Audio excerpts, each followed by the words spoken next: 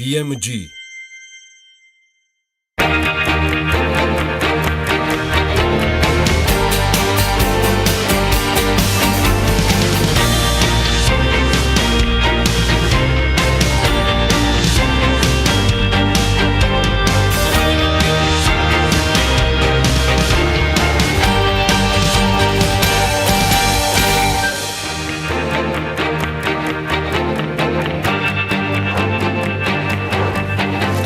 დილა მშვიდობის ყველას, დღეს 10 ივლისია, მე გიორგი ცაგაძე ვარ. მოგესალმებით. წარმატებულ ბედნიერ დღეს გისურვებთ ყველას.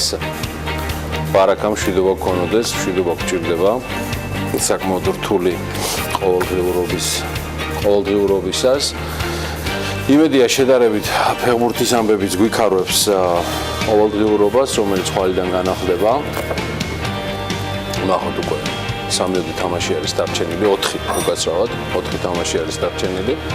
მანამდე კი ერთი ვიდეო მინდა გაჩვენოთ, რომელიც დარწმუნებული ვარ განხილვის საგანი ბევრგან შედგა გულშემატკივრებში, მაგრამ კიდევ ერთხელ მსურს რომ თქვენთან ერთად ნახო და შემდგომ უკვე სიახლეები გითხრათ თუ რა მოყვა ამ ვიდეოს და მის ტირაჟირებას Twitter-ის საშუალებით. Слава Украине! Это победа за Динамо и за Украину. Давай! Хорватия вперед! ხორვატიის ფეხბურთის ასოციაციამ ოგნენ ლუკოევიჩი უკრაინის დიდებისთვის ჩაწერილი ვიდეოს გამო ნაკრების სამწვრთნელო შტაბიდან და დელეგაციიდან შერისხა და ეგრევე მოკვეთა კიდეც. აი ამ უნარიდი ხორვატიის ფეხბურთის ასოციაცია ბოდიშს უხდის რუს ხალხს ხორვატიის ნაკრების თანამშრომლის ამ ქცევისთვის. ასეთი ამწერია განცხადებაში. ვეტერანმა ხორვატმა ფეხბურთელმა ლუკოევიჩმა, რომელიც ახლა კიევის დინამოს აგენტია, დომაგოი ვიდასთან ერთად რუსეთისა და ხორვატიის თამაშის შემდეგ ვიდეო გამოაქვეყნა, რომელშიც ფეხბურთელები ამბობენ დიდება უკრაინას და ეს გამარჯვება ეძღვნება დინამოსა და უკრაინას. ვიდეოს გამოქვეყნების შემდეგ FIFA-მ გამოძიება დაიწყო. თუმცა ფეხბურთელის მიმართ მხოლოდ სიტყვიერი გაფრთხილებით შემოიფარგლა. მოგვიანებით დომაგოი ვიდამ რუსულ გაზეთს Sport Express მის ამ მესიჯზე კომენტარიც მისცა და თქვა, რომ მესიჯი პერსონალური იყო და პოლიტიკასთან არანაირი კავშირი არ ჰქონდა. ფეხბურთში პოლიტიკა არ არის, ეს არის ხუმრობა ჩემი მეგობრებისთვის კიევის დინამოდან. მე მიყვარს რუსები და მე მიყვარს უკრაინა. ესეთი რამ თქვა ვიდამ Sport Express-ის ცნობით. უკრაინაზე სხვა დროს როცა გვექნება შესაბამისი მონაცემები და მას აუცილებლად დაუბრუნდებით, ფეხბურთზე ცვალიდან ისევ და კვლავ. მანამდე კი მთლად სამეზობლოზე გუშინ სუპერ საინტერესო პოსტი შეხვდა დიანა ტრაპაიძესთან. თემა ეხება სომხეთის ახლადარჩეული პრემიერ-მინისტრის ნიკოლ პაშინიანის ორთვიანი მოღვაწეობის ერთგვარ შეჯამებას. არ დავმალავ, პაშინიანი საიმედო სიგნალებს იძლეოდა დასაწყისშივე თავისი მმართველობის სტილით და მერწმუნედ მისი შედეგები უფრო შთამბეჭდავია. და მოდი რამდენიმე მათგანი მიმოვიხილოთ, რა გააკეთა სომხეთის ახალმა პრემიერმა ბოლო 2 თვეში.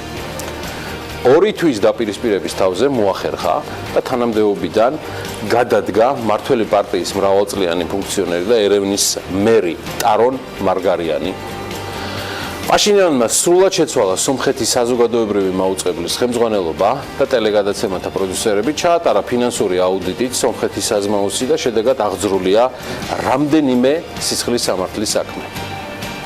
გაზპრომის კაცად წოდებული ყოფილი პრემიერ-მინისტრი კარენ კარაპეტიანი პაშინიანმა მასაც მოუსინჯა კვილი, ჩატარდა რამდენიმე ჩხრეკა და მას მოყვა დაპატიმრებებიც კარაპეტიანის კომპანიაში Norfolk Consulting-ი, რამაც აიძულა ყოფილი პრემიერი რუსეთში გადახვეწილიყო. ფაქტიურად შეცვლილია სომხეთის ყველა რეგიონის გუბერნატორი და მერი. აი ეს კი განსაკუთრებით საინტერესოა, რასაც ახლა მოგიყვებით. პაშინიანმა დაორგანიზა სუპერმარკეტების უმსხვილესი ქსელების ბოიკოტი, რომელიც მმართველი პარტიის წევრი ადგილობრივი ოლიგარქების საკუთრებაში იყო, რითითაც ისინი აიძულა, რომ დაეწიათ ფასები სხვადასხვა პროდუქტებზე. ჩაატარა ჩხრეკები კრიმინალური ავტორიტეტების ბინებში და 30-ზე მეტი საცხოვრიში, რითაც ნახევარზე მეტი ეგრეთ წოდებული კანონიერი ქურდები აიძულა გადახვეწილიყვნენ სომხეთიდან, ცხადია ძირითადად რუსეთისკენ. ხო, შედარებით ცნობილი ისტორია გენერალ გრიგორიანის დაპატიმრებისა, რომელსაც სომეხის სამხედროების ჰუმანიტარული დახმარების მითვისებას ედავებიან. ეს უკვე თქვენთვის ცნობილია. პაშინიანი ასევე დაერია სომეხთა ძლიერთა ამასოფლისა და დაცვის უფროსებსაც. დაჭერილია ოლიგარქ გაგიკ ცარუკინიანის დაცვის უფროსი, ასევე ექს-პრეზიდენტ სარქისიანის დაცვის უფროსი ვაჩაგელ კაზარიანი.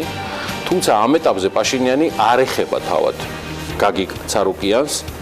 აღძრულია სისხლის სამართლის საქმე ყოფილი პრეზიდენტის რობერტ კოჩარიანის ოჯახის მიმართაც. მის ოჯახს გადასახადების გადახდისგან თავის არიდებას ედავებიან და სხვათა შორის იგივე ხდება სერგ სარქისიანის და მისი ოჯახის თავს.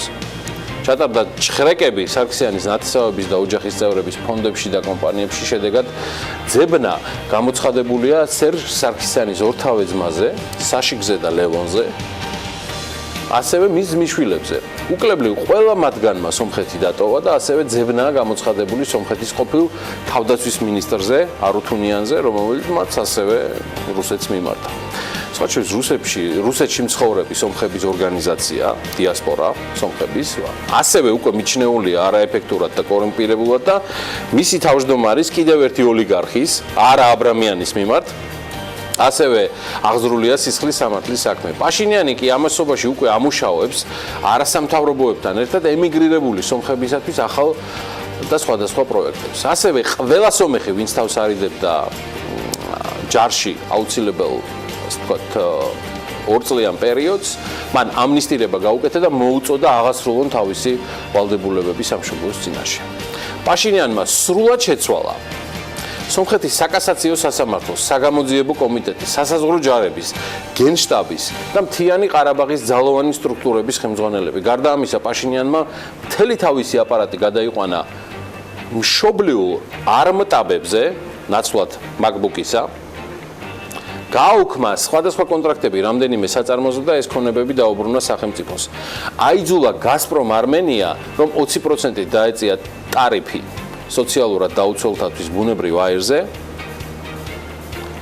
ხო, კიდევ ერთ ოლიგარქი სამუელ კარაპეტიანის კუთვნილ კომპანიას 10 დრამით აიძულა შეემცირებინა ფასები ელექტროენერგიაზე და ისე ამბობენ, რომ არც სამუელასაც აქვს კარგად საქმე და გამოძიებები დაწყებულია. პაშინიანმა ყოველ საღამოს, ან 2 დღეში ერთხელ დააწესა Facebook-ით მუდმივი კომუნიკაცია ამ მომრჩეველთან, ასევე დაიწყო ცვლილებებზე მუშაობა დემოკრატიული საარჩევნო კოდექსის მისაღებად. და ბოლოს პაშინიანმა მოახერხა და თურქეთის და აზერბაიჯანის საზღვრებზე რუსეთის FSB-ს ძალები ჩაანაცვლა და ასევე მიაღწია, რომ მის კონტროლს ქვეშ არის სრულად სიტუაცია თურქეთის საზღვარზე. ეს ხდება სომხეთში, სადაც ეკონომიკური ზრდა 10%-ს აჭარბებდა რამდენიმე თვის წინ. ჯერ კიდევ წინა ფორმაცია, რომელიც გადმოვიდა ახალ ფორმაციაში და მინდოდა, რომ საქართველოს და მის საქმიან მაყურებელს და მინდა, რომ ყოველთვის სრულად ფლობდეთ ინფორმაციას თუ რა ხდება ჩვენს რეგიონში, სამეზობლოში, მთავარ სავაჭრო თუ პოლიტიკურ პარტნიორებში. რომ საამისოდ სწორუპოვარი დასკვნები აკეთოთ და იმაზე მეტი შედეგი მივიღოთ სწორი დაგეგმვისას, ვიდრე აქამდე გქონდა. ჩვენ ამ ინფორმაციას უნდა ვფლობდეთ, ვაანალიზებდეთ, რათა სწორი დასკვნები გამოვიტანოთ. ამასობაში საქართველო არის ახალი მთავრობის მოლოდინში, რამდენად შეძლებს მამუკა ბახტაძის კაბინეტი იყოს ისეთივე რეფორმისტული, როგორც ჩანს პირველი 2 თვენახევრიდან სომხეთის მთავრობის, პაშინიანის კაბინეტიდან ეს გამოჩნდება, თუმცა ისიც ფაქტია, რომ დროებით თუ გარდამავალი მთავრობის დრო ამ კვირაში იწურება და საქართველოს ეყოლება ახალი მთავრობის კაბინეტი და დიდი ალბათობით ახალი მთავარი პროკურორიც. ჩვენ არ ვფლობთ დეტალურ ინფორმაციას ამ ეტაპზე, პერსონალიებზე, თუ როგორ გადანაწილდება მინისტრების პორტფელები, თუ სხვა საჯარო უწყებების ხელმძღვანელთა პოზიციები, მაგრამ ფაქტია, რომ ეკონომიკის სამინისტროზე შეჯერება მოხდა და BMG-ს მიერ 2 კვირის წინ ნაკარნახევი გიორგი ქობულია იქნება ეკონომიკის მინისტრი. თითქმის გადაწყვეტილია, რომ სოზარ სუბარი მისი ახალი პოზიცია საქართველოს მთავრობის აპარატის ხელმძღვანელად დაინიშნება სოზარ სუბარი, რაც უკვე ავტომატურად ნიშნავს, რომ შალვა თადუმაძისთვის ახალი პოზიცია მზადდება. აი, გახდება თადუმაძე საქართველოს მთავარი პროკურორი თუ იუსტიციის მინისტრი, ესეც ამ კვირაში გაირკვევა. მანამდე ასევე გაირკვევა ფინანსთა მინისტრის და ასევე საგრძნობლად გამსხვილებული განათლების სამინისტროს საკითხი, რომლის პირველ პირობას და ხელმძღვანელობას მიხეილ ბატიაშვილს, BTU-ს რექტორს უწინასწარმეტყველებენ. შეგახსენებთ, რომ მამუკა ბახტაძის ინიციატივით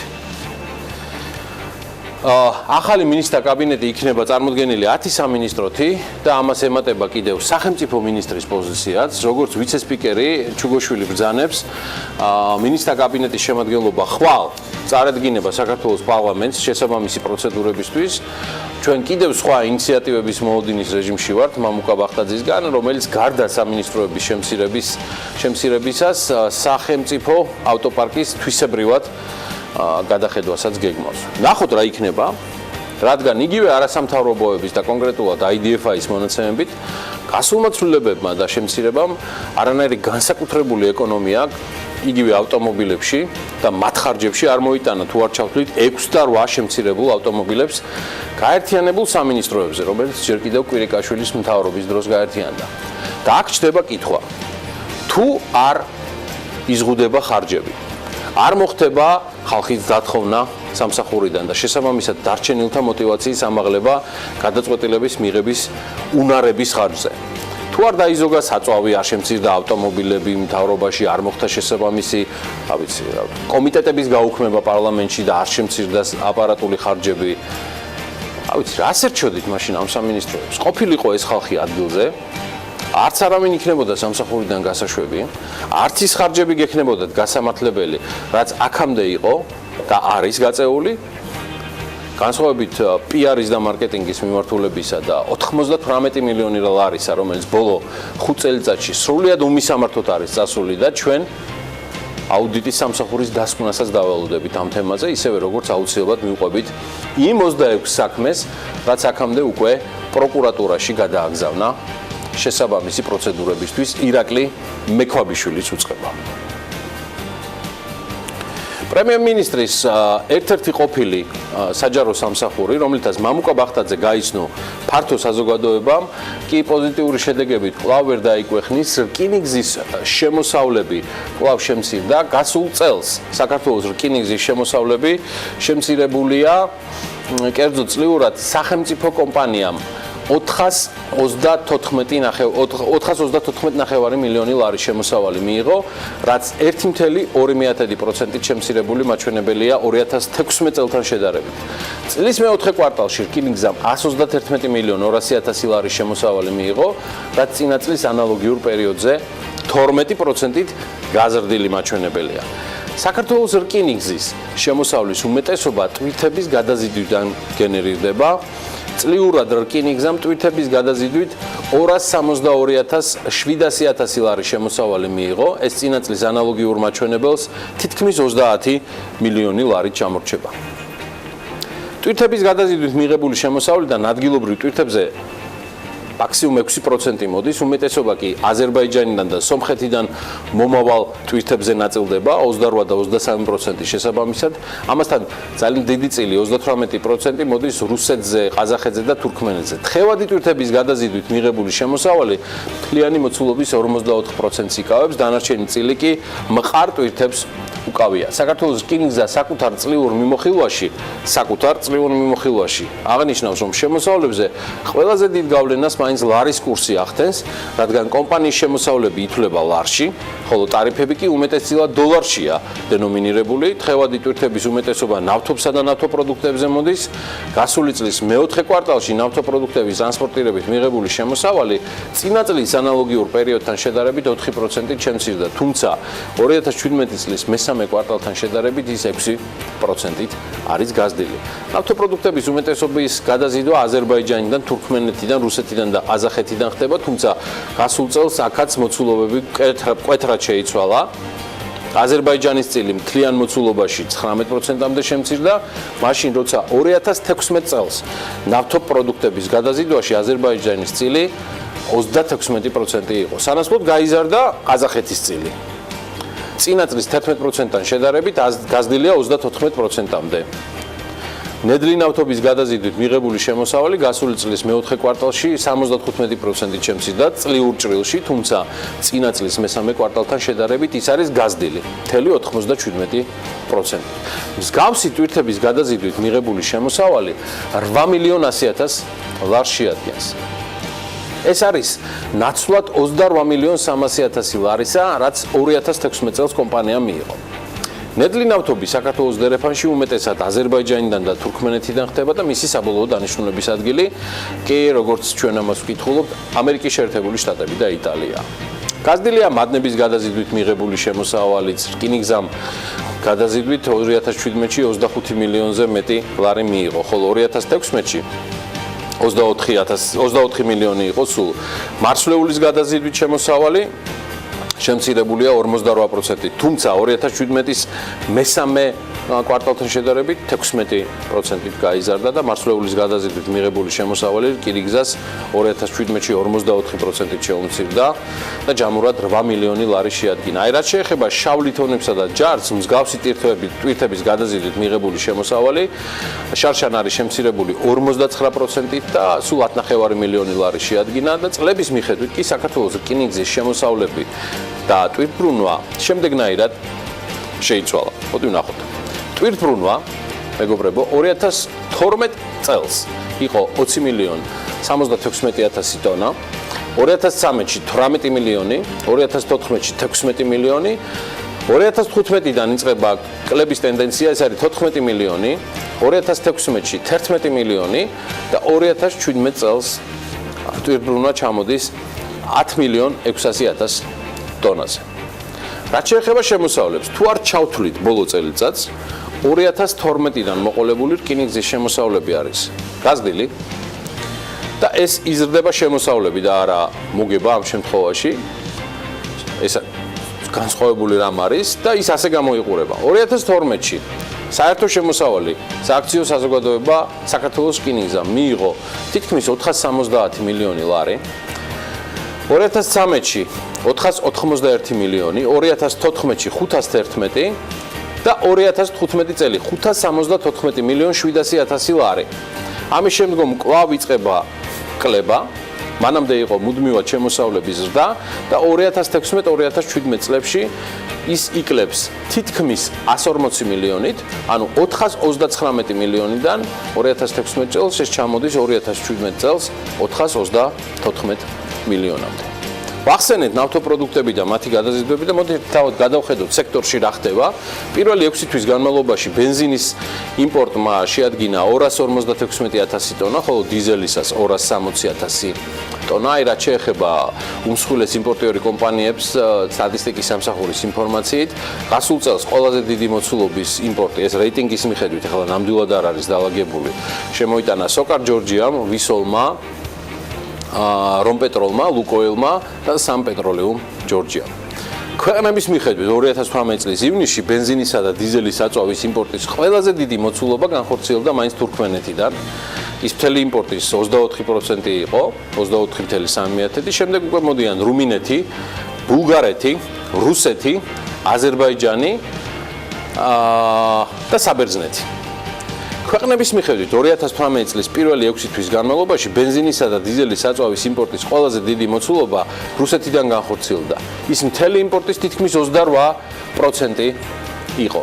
და შემდეგ უკვე მოდიან რუმინეთი, თურქმენეთი, აზერბაიჯანი, ბულგარეთი და საბერძნეთი. მეგონი ძალიან შეუბერე პროლოგი და ეხლა დროა უკვე ანალაპიაშვილი შემომიერთდეს, ანა დილომშვიდობის. დილომშვიდობის. ძალიან მივაიმპორტე ხო და ნავთობპროდუქტები დაამბავე თუ? თუმცა საინტერესო იყო და ცოტა მონაცემებს მეც დავამატებ. ამდენი ნავთობპროდუქტი კი დაიმპორტდა, შესაბამისად გავიდა ვალუტაც, მაგრამ სამაგიეროდ იანვარ-ივნისში საქართველოსთან მსოფლიოს 20 ქვეყანაში იმპორტირებულია 8,400,000 ბოთლი ბრენდი, რაც 23%-ით მეტია ვიდრე გასული წლის 6 თვის მონაცემებში ფიქსირდებოდა. ბრენდის ექსპორტით მიღებულმა შემოსავლებმა 17 მილიონი ამერიკული დოლარი შეადგინა შეადგინა, ზრდა კი იყო 6%-იანი. ღვინის ეროვნული სააგენტო აღნიშნავს, რომ საანგარიშო პერიოდში, ანუ ამ 6 თვეში, საქართველოდან მსოფლიოს 20 ქვეყანაში ჯამში ექსპორტირებულია 178,000 ბოთლი ჭაჭა. ზრდამ შეადგინა 100%. სულ ექსპორტირებულია 530,000 ამერიკული დოლარის ღირებულების ჭაჭა, რაც 116%-ით აღემატება გასული წლის ანალოგიური პერიოდის მონაცემებს და მაჩვენებლებს. გასულ კვირაში და კიდევ ერთხელ სულ ჯამში, ანუ ღვინის, ბრენდის, ჭაჭის და საბრენდე სპირტისა და ჩამოსასხმელი ბრენდის ექსპორტით მიღებულმა შემოსავლებმა წლის პირველ ნახევარში 158 მილიონ დოლარს გადააჭარბა, მინდა გითხრათ ჩემო, რაც 21%-ით აღემატება გასული წლის ანალოგიურ მაჩვენებელს. გიორგი, მედი ახლა უკვე გვაქვს შესაძლებლობა, რომ სხვა თემებზეც გადავიდეთ. რეიტინგები არც მერე მოგვეკლდება, მაგრამ განსაკუთრებით საქმიანი დილის მაყურებლებისათვის კიდევ ერთი ამბავი გვაქვს. და ბრენდებთან დაკავშირებით მოხდნენ ისეთები, რომელიც ყოველთვის ფუფუნებასთან ასოცირდება. მაგალითად, მაიკ კორსი, თუმცა არიან ისეთი კომპანიებიც, როგორიც არის ლევისი და ოლდნევი და მათ წარმომადგენელთა შესახებ ძალიან საინტერესო მონაცემები გავაახლეთ. სიის სათავეშია ამერიკული სპორტული ტანსაცმლის, ფეხსაცმლის და აქსესუარების გიგანტი კომპანია Nike, რომლის ღირებულებაც 28 მილიარდი ამერიკული დოლარით განისაზღვრა. Nike ერთადერთი ბრენდია ჩამონათვალიდან, რომლის ღირებულებაც ორნიშნა რიცხვს შეადგენს.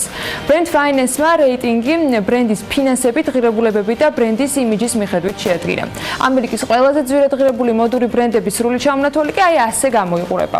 Nike-ის ბრენდი ღირს 28 მილიარდი დოლარი. Coach-ის 6,1 მილიარდი დოლარი. Victoria's Secret-ის ღირებულება 6 მილიარდ 100 მილიონი დოლარია. Polo-ი 4 მილიარდი. Under Armour-ის 3,7 მილიარდი დოლარი. North Face-ის 3 მილიარდი და კიდევ 100 მილიონი. Mike Kors-ის 2 მილიარდ 700,000, Tommy Hilfiger-ის შემთხვევაში ღირებულება 2 მილიარდ 600 მილიონია, Old Navy-ის შემთხვევაში 2 მილიარდ 300 მილიონი, Levi's-ი 2 მილიარდ 200 მილიონი ღირს, Calvin Klein-ი ისე 2 მილიარდ 200 მილიონი, Gap-ი 2 მილიარდი, Crichers-ი მილიარდ 600 მილიონი და Timberland-ი მილიარდ 400 მილიონი. Converse-ის ღირებულება კი მილიარდ 200 მილიონი დოლარია. მე მგონი არც ერთი ბრენდი არ უჩივის საკუთარ ღირებულებას და არც პოპულარობას ვფიქრობ. კი, ნამდვილად, რომელ ქვეყნებს ირჩევენ მიგრანტები საცხოვრებლად, კვლევა ძალიან ავტორიტეტულმა სტატისტამ გამოაქვეყნა და იმ ქვეყნების ტოპ 10-ული შეადგინა, რომლებიც ყველაზე მეტ ლტოლვილს იღებენ რეიტინგს ტრადიციული წყვილი, სატელევიზიო წყვილი, მარიამ ადამია და ანუკა ჯოხაძე გაგვაცნობენ, რომლებიც ასევე განიხილავენ, შეუძლიათ თუ არა ევროპისკენ მიმავალ ხეტიალისგან დაღლილ და სასოწარკვეთილ ტოვილებს ქვეყნისთვის ეკონომიკური სარგებლის მოტანა. ვთქვი რომ კი. დილამშვიდობის გიორგი, ალბათ დამეთანხმები, რომ მიგრანტები ევროკავშირის პოლიტიკურ დისკურსში კვლავ ერთ-ერთ მოუგვარებელ საკითხად რჩება, თუმცა რეალურად რომელ ქვეყნებს ირჩევენ ისინი საცხოვრებლად ამ კითხვას პასუხი სტატისტას ანალიტიკოსებმა კვლევის შედეგად გასცეს, სადაც ირკვევა, რომ ქვეყნები, რომლებსაც არ აქვთ ქსენოფობიური დამოკიდებულება და არც პოლიტიკას ატარებენ მიგრანტების წინააღმდეგ, არ გამოირჩევიან მიგრანტების დიდი რაოდენობით. რეიტინგის ათეული კი ასე გამოიყურება. იძულებით გადაადგილებული ადამიანების უმრავლესობას, ანუ დაახლოებით 3,700,000 თურქეთი მასპინძლობს. რეალურად ახლო აღმოსავლეთიდან წამოსული მიგრანტების მთავარი დანიშნულების ადგილი ევროპაა. თუმცა გზად მათ თურქეთის გადალახვა უწევთ, სადაც დროებით ჩერდებიან. შემდეგ კი გამოდის, რომ სამუდამოდ რჩებიან. გარდა ამისა, დიდ ნაკადს განაპირობებს თურქეთსა და ევროკავშირს შორის არსებული შეთანხმებაც, რომლის თანახმადაც საბერძნეთში აღმოჩენილი ყველა უკანონო მიგრანტი თურქეთში უნდა დაბრუნდეს. არც გერმანიას აკლია მიგრანტების რაოდენობა, რომლებიც დღევანდელი მონაცემებით 1,43127-ია. აქ ძირითადად ის ადამიანები ჩადიან, რომლებიც ევროპაში არალეგალურად იმყოფებიან. ქვეყნის კანცლერმა ანგელა მერკელმა კი მხარი დაუჭირა ლტოლვილთა მიმართ ღია კარის პოლიტიკას, რომელსაც ადგილობრივების მხრიდან უკმაყოფილება მოჰყვა, რადგან მიგრანტების გაზრდილი რაოდენობა გერმანიაში ავტომატურად პრობლემების ჩამონათვალს ზრდის, თუმცა რამდენად მიზანშეწონილია აღნიშნული პოლიტიკის გატარება, გრძელვადიანი ინვესტიციების მოზიდვის თვალსაზრისით დეტალები უკვე ჩვენს სიუჟეტში ვნახოთ.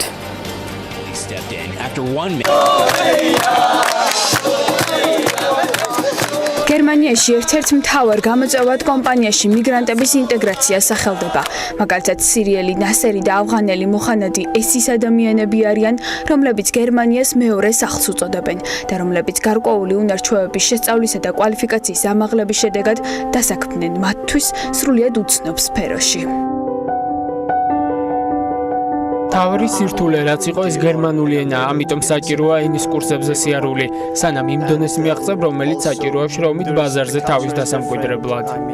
ჩემს ქვეყანაში კერამიკის ფაბრიკის მარკეტინგით ვიყავი დაკავებული და ვფიქრობდი, რომ იქაური ბიზნეს მეთოდები თანამედროვე იყო.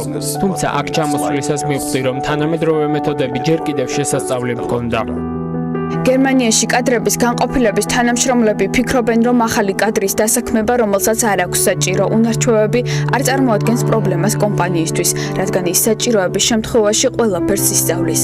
მთავარი ამოცანა კი ნიჭიერი ადამიანების პოვნაა და არ აქვს მნიშვნელობა ეს მიგრანტები იქნებიან თუ ადგილობრივი მოქალაქეები, რადგან გერმანიას ნამდვილად სჭირდება შრომის უნარიანი ნიჭიერი ადამიანები, იმისათვის რომ შეავსონ დაახლოებით 1 მილიონი თავისუფალი ვაკანსია, რომელთა შორის დაახლოებით 700,000 სპეციფიკურ განათლებას მოითხოვს. ექსპერტების შეფასებით მიგრანტების მიღება გერმანიას წელს 10 მილიარდი ევრო დაუჯდება, 2020 წლისთვის კი რიცხვი 20 მილიარდ დოლარამდე გაიზრდება. ქვეყნის ხელისუფლებამ კი ლტოლვილებისათვის 6 მილიარდი დოლარი გამოყო, რაც საჭირო თანხის ნახევარია და ამ ნაბიჯით ქვეყნის მმართველ ძალას განსაზღვრული აქვს ხარჯების შემცირება, იმისათვის რომ პოლიტიკა გაცილებით ეფექტიანი გახდეს. საბოლოოდ შეიძლება ითქვას და სიუჟეტიდანაც ვნახეთ, რომ მიგრანტების პოლიტიკა შესაძლოა იყოს როგორც გრძელვადიანი, ასევე მოკლევადიანი ინვესტიცია. უფრო დეტალურად კი მოკლევადიან პერსპექტივაში გერმანიის ეკონომიკა დაახლოებით 0,2%-ით უფრო სწრაფად გაიზრდება, ვიდრე ეს მიგრანტების გარეშე ამოსალოდნელი, ხოლო გრძელვადიანის შემთხვევაში შობადობის მაჩვენებელი, რომელიც გერმანიაში ერთ-ერთი ყველაზე დაბალია და პრობლემურია მსოფლიოში, მოგვარდება და მდგრადი ეკონომიკის საწინდარიც გახდება. ამისათვის კი საჭიროა ხელისუფლებამ ადამიანებს მისცეს მუშაობის, განათლებისა და საკუთარი თავის რეალიზაციის საშუალება, ანუ იმ ქვეყანაში, სადაც მიგრანტების ინტეგრაციის მაჩვენებელი მაღალია, შედეგად ქვეყანა ეკონომიკურ წინსვლას იღებს. კონკრეტულ მაგალითზე რომ განვიხილოთ, ასევე გეტყვით, რომ ალბათ არ იქნებოდა Google, რომ არა მიგრანტი სერგეი ბრინი ან სტივ ჯობსი, რომელიც სირიიდან დევნილი მშობლების შვილია. ისევ რეიტინგს რო დაუბრუნდეთ, მარიამ, თუ რომელ ქვეყანას ირჩევენ მიგრანტები ყველაზე ხშირად, რიგით მესამე ქვეყანა საფრანგეთია დაახლოებით 401,729 მიგრანტით. მეოთხე კი იტალია. მიგრანტების მარშრუტი ევროპის მიმართულებით იტალიასა და საბერძნეთზე გადის. ამიტომაც ორივე ქვეყანაში მათი რაოდენობა ყოველწლიურად იზრდება.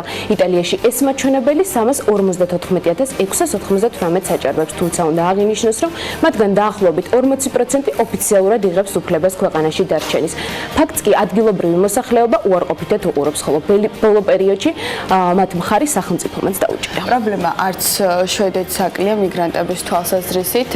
მწვავდება დღემდე შვედეთში, სადაც მიგრანტების რაოდენობა ჯამში 327,709 არის, ლიტვაში კი ეს რაოდენობა 234,296 აჭარბებს. თუმცა ლიტვა არ არის ის ქვეყანა, რომელსაც მიგრანტები სასურველ მიმართულებად ირჩევენ, რეალურად თავად ქვეყნის მოსახლეობასაც სურს ტერიტორიის დატოვება და ევროპის გაცილებით განვითარებულ ქვეყანაში დასახლება, მაგალითად ისეთში, როგორც დიდი ბრიტანეთია, თუმცა მიგრანტები ახლო აღმოსავლეთიდან მაინც ჩადიან აქ, გამომდინარე იქიდან, რომ მათ სხვა გამოსავალი უბრალოდ არ რჩებათ.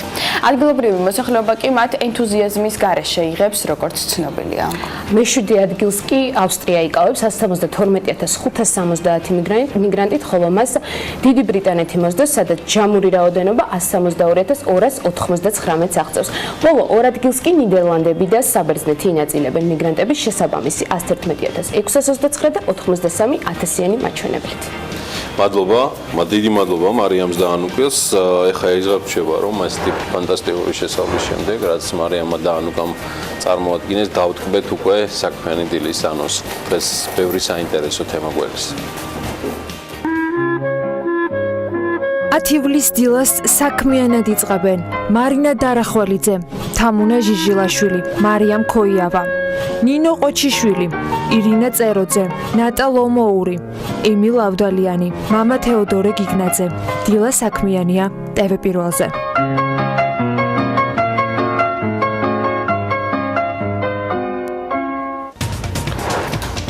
საქართველოს მოქალაქეებისათვის კორეის რესპუბლიკასთან სავიზო რეჟიმი გამარტივდა.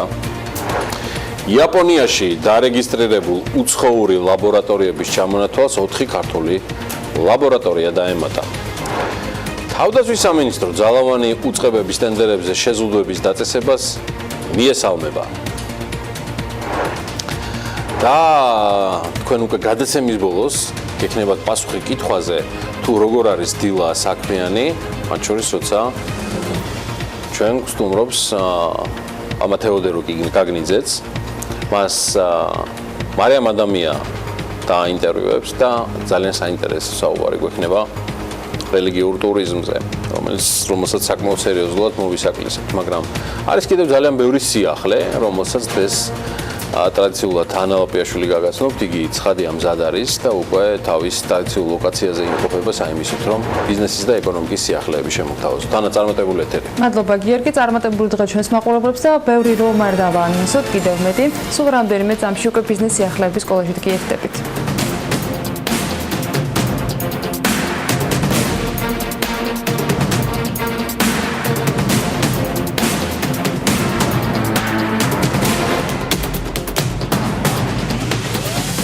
საქართველოს მოქალაქეებისათვის კორეის რესპუბლიკასთან სავიზო რეჟიმი გამარტივდა, რომლის მიხედვითაც ვიზები გაიცემა საქართველოს მოქალაქეებისათვის 1-დან 5 წლამდე მოქმედების ვადით.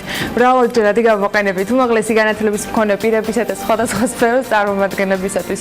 სავიზო რეჟიმის გამარტივებოდა კი ვიზა გაიცემოდა კორეის რესპუბლიკის ერთჯერადი და მაქსიმუმ 1 წლიანი ვადით. გამარტივებით კორეის რესპუბლიკის დიპლომატიურ წარმომადგენლობაში წარსადგენი დოკუმენტების რაოდენობა გაცილებით შემცირდება და ვიზის საფუძველზე კორეაში ერთჯერადად ყოფნის ვადა გაიზრდება 30-დან 90 დღემდე.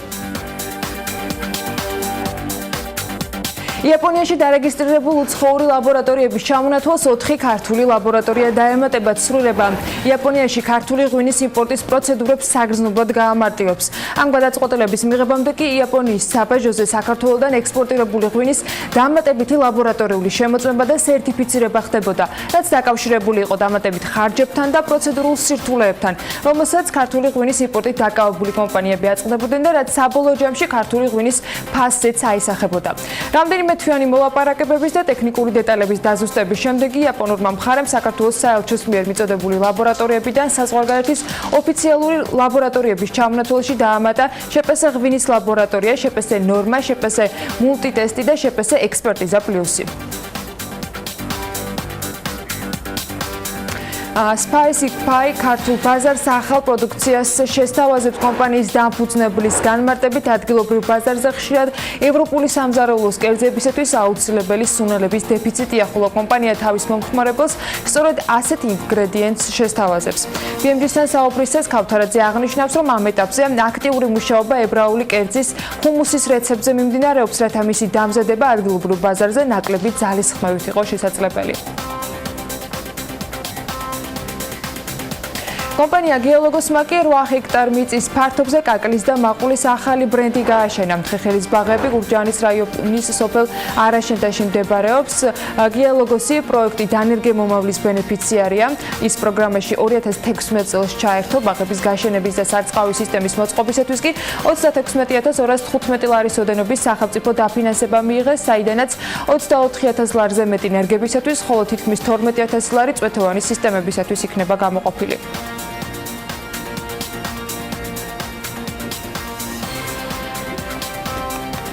აწარმოეს საქართველოში პროგრამა განახლდება და შეივსება, ამბობს მიხეილ ხიტურელი BMG-სთან. მისი თქმით, მთავრობის ახალი ხელმძღვანელის მიერ გაჟღერებული გზავნილები თავსებადია პროგრამასთან და ამ კუთხით მხოლოდ გააქტიურებას ელოდებიან. პროგრამის გაუქმება არ იგეგმება, თუმცა ოფიციალური შეხვედრა ჩემსა და პრემიერს შორის ჯერჯერობით არ ყოფილა, აღნიშნავს აწარმოეს საქართველოს ხელმძღვანელი. ახალი პრემიერთან ოფიციალური შეხვედრა აწარმოეს სააგენტოს არ ქონია, ველოდებით ჩვენ ახალი მინისტრის ნომინირებას, თუმცა ის მესიჯები, რაც პრემიერმა გააჟღერა, აბსოლუტურად თავსებადი არის იმ გეგმებთან, რაც აწარმოეს საქართველოს ჰქონდა და მე მხოლოდ უფრო გააქტიურებას ვიმედოვნებ პროგრამების დახვეწას და კიდე ახალი მიმართულების დამატებას. არანაირი პროგრამის გაუქმება არ იგეგმება, იგეგმება პროგრამის დახვეწა, რაც ისედაც გასაკეთებელი იყო. ჩვენ აუცილებლად მუდამ უნდა ვადენოთ თვალი და ვაანალიზოთ ის პროგრამები, რასაც ვახორციელებთ და შესაბამისად შემდეგ გამოვიტანოთ დასკვნები და გავაუმჯობესოთ და დავამატოთ ახალი კომპონენტი. ბიზნეს სიახლეების შემდეგ უკვე სავალუტო მემუხილის დრო არის და მას გიორგი წარმოგვიდგენს სულ რამდენიმე წამში.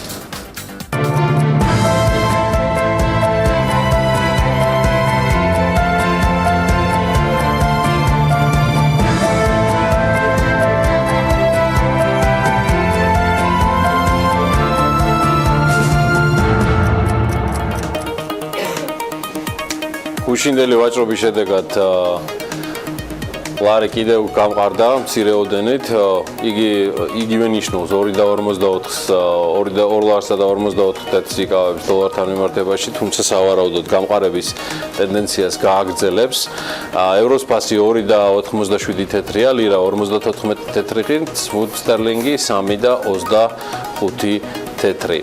2018 წლის ივნისში წინა თვესთან, ანუ მაისთან შედარებით, ეროვნულმა ბანკმა უცხოური ვალუტის რეზერვები 10 მილიონი დოლარით შემცირდა. მისი რეზერვები ბოლო ერთ წელიწადში კი უცხოური ვალუტის რეზერვები ჯამში არის 48 მილიონი დოლარით გაზრდილი.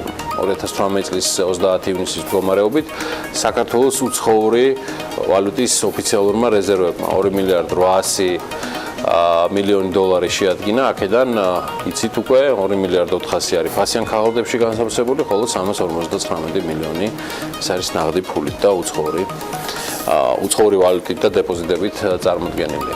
ეროვნული ბანკის უცხოური ვალუტის რეზერვების რეკორდული მაჩვენებელი 2013 წლის ოქტომბერში იყო და მან 2 მილიარდ 890 მილიონი დოლარი შეადგინა. სოციალიზმის რომელსაც წლის 30 ივნისს არსებული რეზერვების მოცულობა 86 მილიონი დოლარით ჩამორჩება. ამინდის პროგნოზის დროა, ანას დაველოდოთ, მალე გაგვიზიარებს სიახლეებს. ამინდის პროგნოზის სპონსორია SEU Development.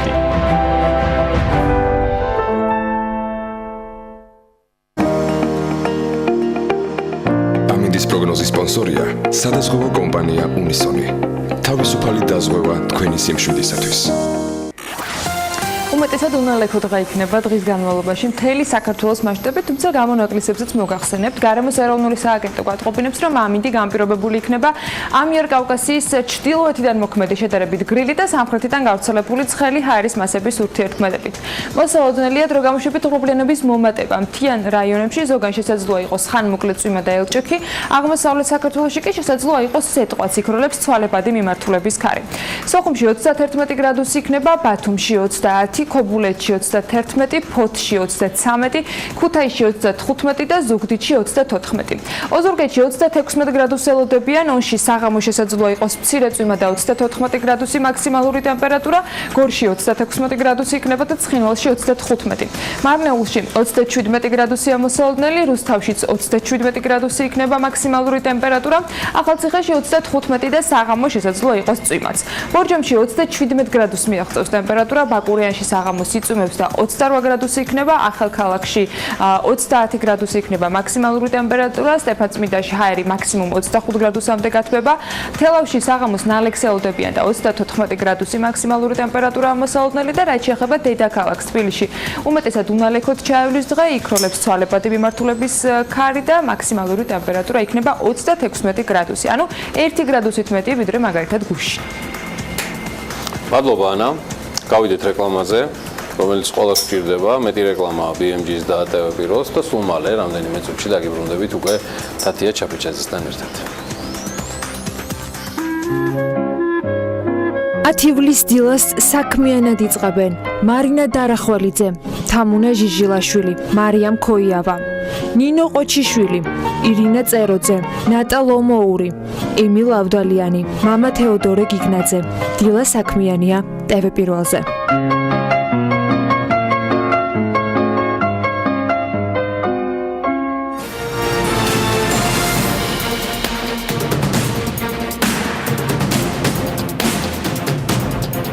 საქმიანი დაუბრუნდით პირდაპირ ეთერში. ჯანდაცვის სამინისტრო მედიკამენტების ჭარბად დანიშნვის პრევენციის მექანიზმს ნერგავს უწყების ახალი ინსტრუმენტის საშუალებით კი მოქალაქეებს 16 ივლისიდან 5 და მეტი მედიკამენტის გამოწერის შემთხვევაში დანიშნულების გადამოწმება შეეცლებათ.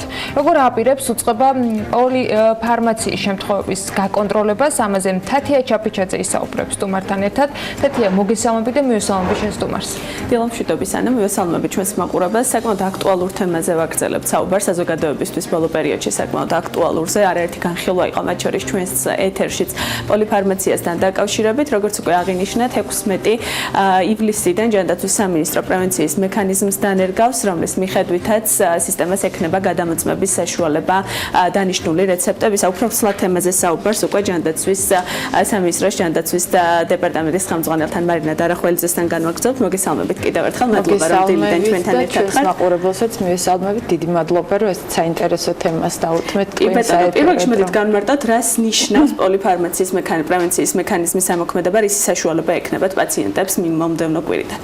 თქვენი ჰარერთ გადაცემა მიუძღვენით ამ თემას და კიდევ ერთხელ შევახსენებთ, რომ პოლიფარმაცია ეს არის ჭარბი დანიშნულება მედიკამენტების და ანუ ჭარბად მიღება მედიკამენტების, რაც უდავოდ არის საზიანო, იმიტომ რომ ეს მარტო ჩვენი ქვეყნის პრობლემა არ არის და დასავლეთ ევროპის ქვეყნებსაც დიდი პრობლემა აქვს ამ მიმართულებით, მილიონობით შემთხვევა ფიქსირდება ამ ხრივ არასწორად დანიშნულების და შესაბამისად შედეგები არის საკმაოდ მძიმე. მათ შორის არის ჭარბი დანახარჯი ჯიბიდან, მათ შორის არის რომ ჭარბი მედიკამენტების მიღება ვნებს ჯანმრთელობას და ჰოსპიტალიზაციის ძალიან ხშირად თითქმის შეიძლება ითქვა საპენსიო ასაკის მოსახლეობაში 50% შემთხვევაში, ესეც კი არის მიზეზი, რომ არაფერი ვთქვა იმაზე, რომ ერთი და იგივე მოქმედების მედიკამენტების ერთდროულად დანიშნვა, რა ზიანი შეიძლება მოიტანოს, კუმულაციური ეფექტი, არაეფექტური მკურნალობა, ანტიბიოტიკო რეზისტენტობა და ძალიან ბევრი. როგორ შეგვეძლება ამ პრობლემის გაკონტროლება? ჩვენ გადავწყვეტეთ, რომ ქმედება იყოს არა რეაქტიული, არამედ პროაქტიული და ჩავერთოთ უკვე იმ პროცესში, როდესაც მედიკამენტების მიღება ჯერ დანიშნულების მიხედვით პაციენტს არ დაუწყია, ან მიმდინარე პროცესშია, რომ მეტი სარგებელი მოვიტანოთ ამ შემთხვევაში, ვფიქრობთ, რომ ამ მექანიზმის ამოქმედება თავისთავად ასევე კიდევ ერთხელ გააფრთხილებს ჩვენ ექიმებს, კოლეგებს, რომ მათ მეტი სიფრთხილით მოეკიდონ დანიშნულებას. თქვენ აღნიშნეთ უკვე დასაწყისში, რომ 5 და მეტი მედიკამენტის დანიშნვის შემთხვევაში, ასევე თუ დანიშნულება მიმდინარეა და არ არის დასრულებული მკურნალობა, ან არ დაწყებულა, ამ შემთხვევაში შეუძლია რომ მომართოს პაციენტს ჯანდაცვის სამინისტროს. ეს შესაძლებელია როგორც ელექტრონული რეცეპტის შემთხვევაში, სადაც მომხმარებელი ძალიან მარტივად თვითონ ნახავს სპეციალური ღილაკებია უკვე ჩასმული პროგრამაში, რომ პირდაპირ დანიშნულება გამოგზავნოს ღილაკზე ერთი დაწკაპუნებით, ასევე შესაძლებელია ქაღალდმატარებელზე გამოწერილი რეცეპტის არა დანიშნულების შემთხვევაში სოციალური მომსახურების სააგენტოს ტერიტორიული ორგანოების მეშვეობით მივიდეს, ატვირთოს და აი ამ გზითაც რომ შეფერხება არ იყოს არც ერთი ტიპის დანიშნულების შემთხვევაში გამოგვიგზავნოს. რამდენ ხანში მოხდება რეაგირება?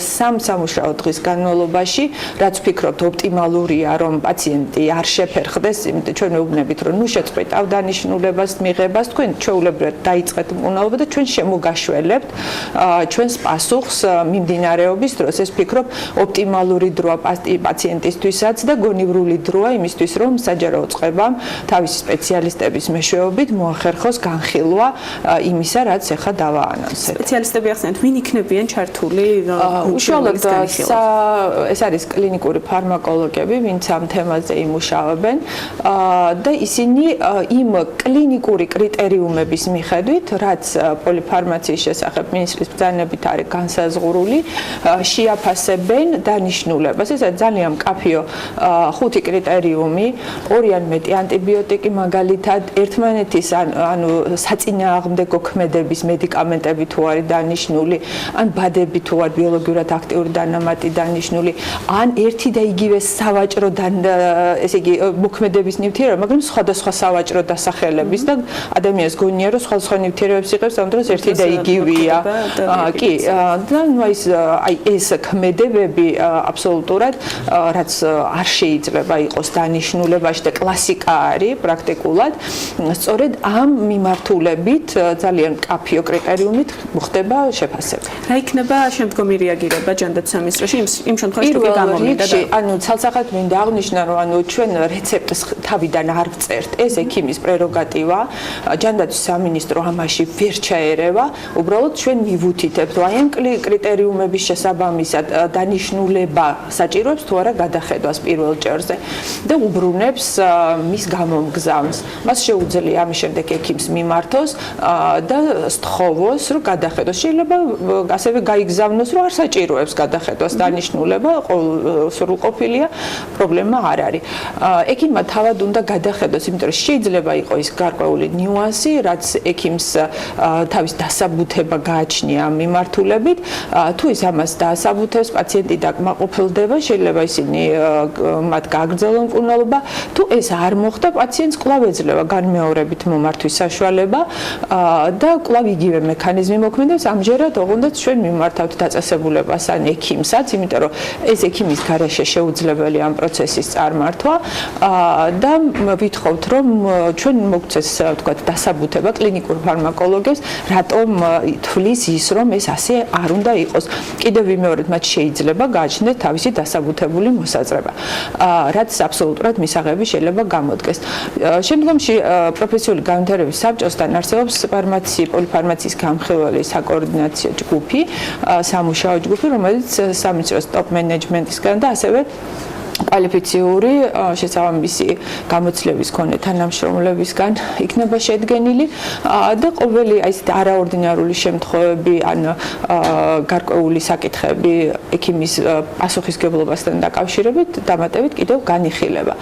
შეიძლება წლის განმავლობაში თუ ერთი და იგივე ექიმისგან მრავალჯერ, ვთქვათ 7-ჯერ იქნა მიღებული აი ესეთი არასწორი დანიშნულება, დაისვას კიდევაც საკითხი, რომ უკვე საბჭომ იმსჯელოს მისი პასუხისგებლობის თაობაზე. ეს არის მექანიზმები, რომლებიც ზოგადად ინფორმირებულები თუ მოხდა ამ ხნის განმავლობაში სამედიცინო დაწესებულებებთან და ექიმებთან შეხვედრა და როგორია მეთოდოლოგია. ჯანდაცვის სამინისტრო არაერთხელ გააშუქა ეს თემა აქტიურად. ჩვენ ასევე სპეციალური დავბეჭდეთ ლიფლეტები ამასთან დაკავშირებით და გავავრცელებთ, იმიტომ რომ თავად პაციენტებსაც უნდა ქონდეთ ამასთან დაკავშირებით ინფორმირება. რასაკვირველია, ეს არ იქნება ერთჯერადი PR კამპანია გაგრძელდება როგორც სამედიცინო პერსონალის მიმართულებით, ასევე პაციენტების, იმიტომ რომ ორივე მიმართულებით ყველაზე ეს მნიშვნელოვანი საკითხია, იმიტომ რომ პოლიფარმაცია საზოგადოებრივი ჯანდაცვის პრობლემას წარმოადგენს. ეს არ არის თვითმიზანი, რომ სამედიცინო პერსონალის დასჯაზე იყოს ორიენტირებული, არა, ის ორიენტირებული არის პაციენტების ჯანმრთელობაზე და ცნობიერების ამაღლებაზე და ასევე სამედიცინო პერსონალის მიმართულებით, ასევე ის რომ ამაღლდეს მასის ცოდნის. ასეთ შემთხვევებში საუბარი დავიწყეთ იმის, რომ სოფლიოში გავრცელებულია პოლიპრაგმაზიის შემთხვევები და მიზანი რა არის, როგორ ჩვენ საქართველოს ასე ვთქვათ კონკრეტულად კვლევა ჩავატარეთ სოციალური მომსახურების აგენტოს ეგიდით საპენსიო ასაკის მოსახლეობასთან მიმართებაში და გარკვეული პრობლემები გამოიკვეთა ზუსტად ის, რომ არა მხოლოდ ის, რომ პენსიონერები თვითონ იღებენ თვითდანიშნულებით მედიკამენტებს, არამედ ის, რომ ჭარბი დანიშნულებაც აქვთ ხოლმე ხშირად აი ესეთი შეუსაბამო დანიშნულებაცაც აქვს ადგილი.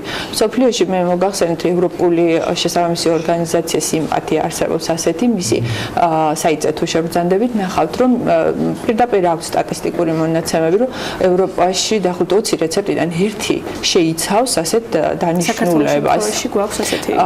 ფიქრობთ, რომ ჩვენ ერთი წლის მერე კიდევ უფრო ზუსტი მონაცემები გვექნება, დღეს მხოლოდ გამოკითხვის მონაცემები გვაქვს, ის რაც მოგახსენეთ. რამდენად მაღალია მაჩვენებელი და რამდენად მძიმეა? არ აჭარბებს საერთაშორისო სტატისტიკას. მაგრამ მას ჩამოუვარდება.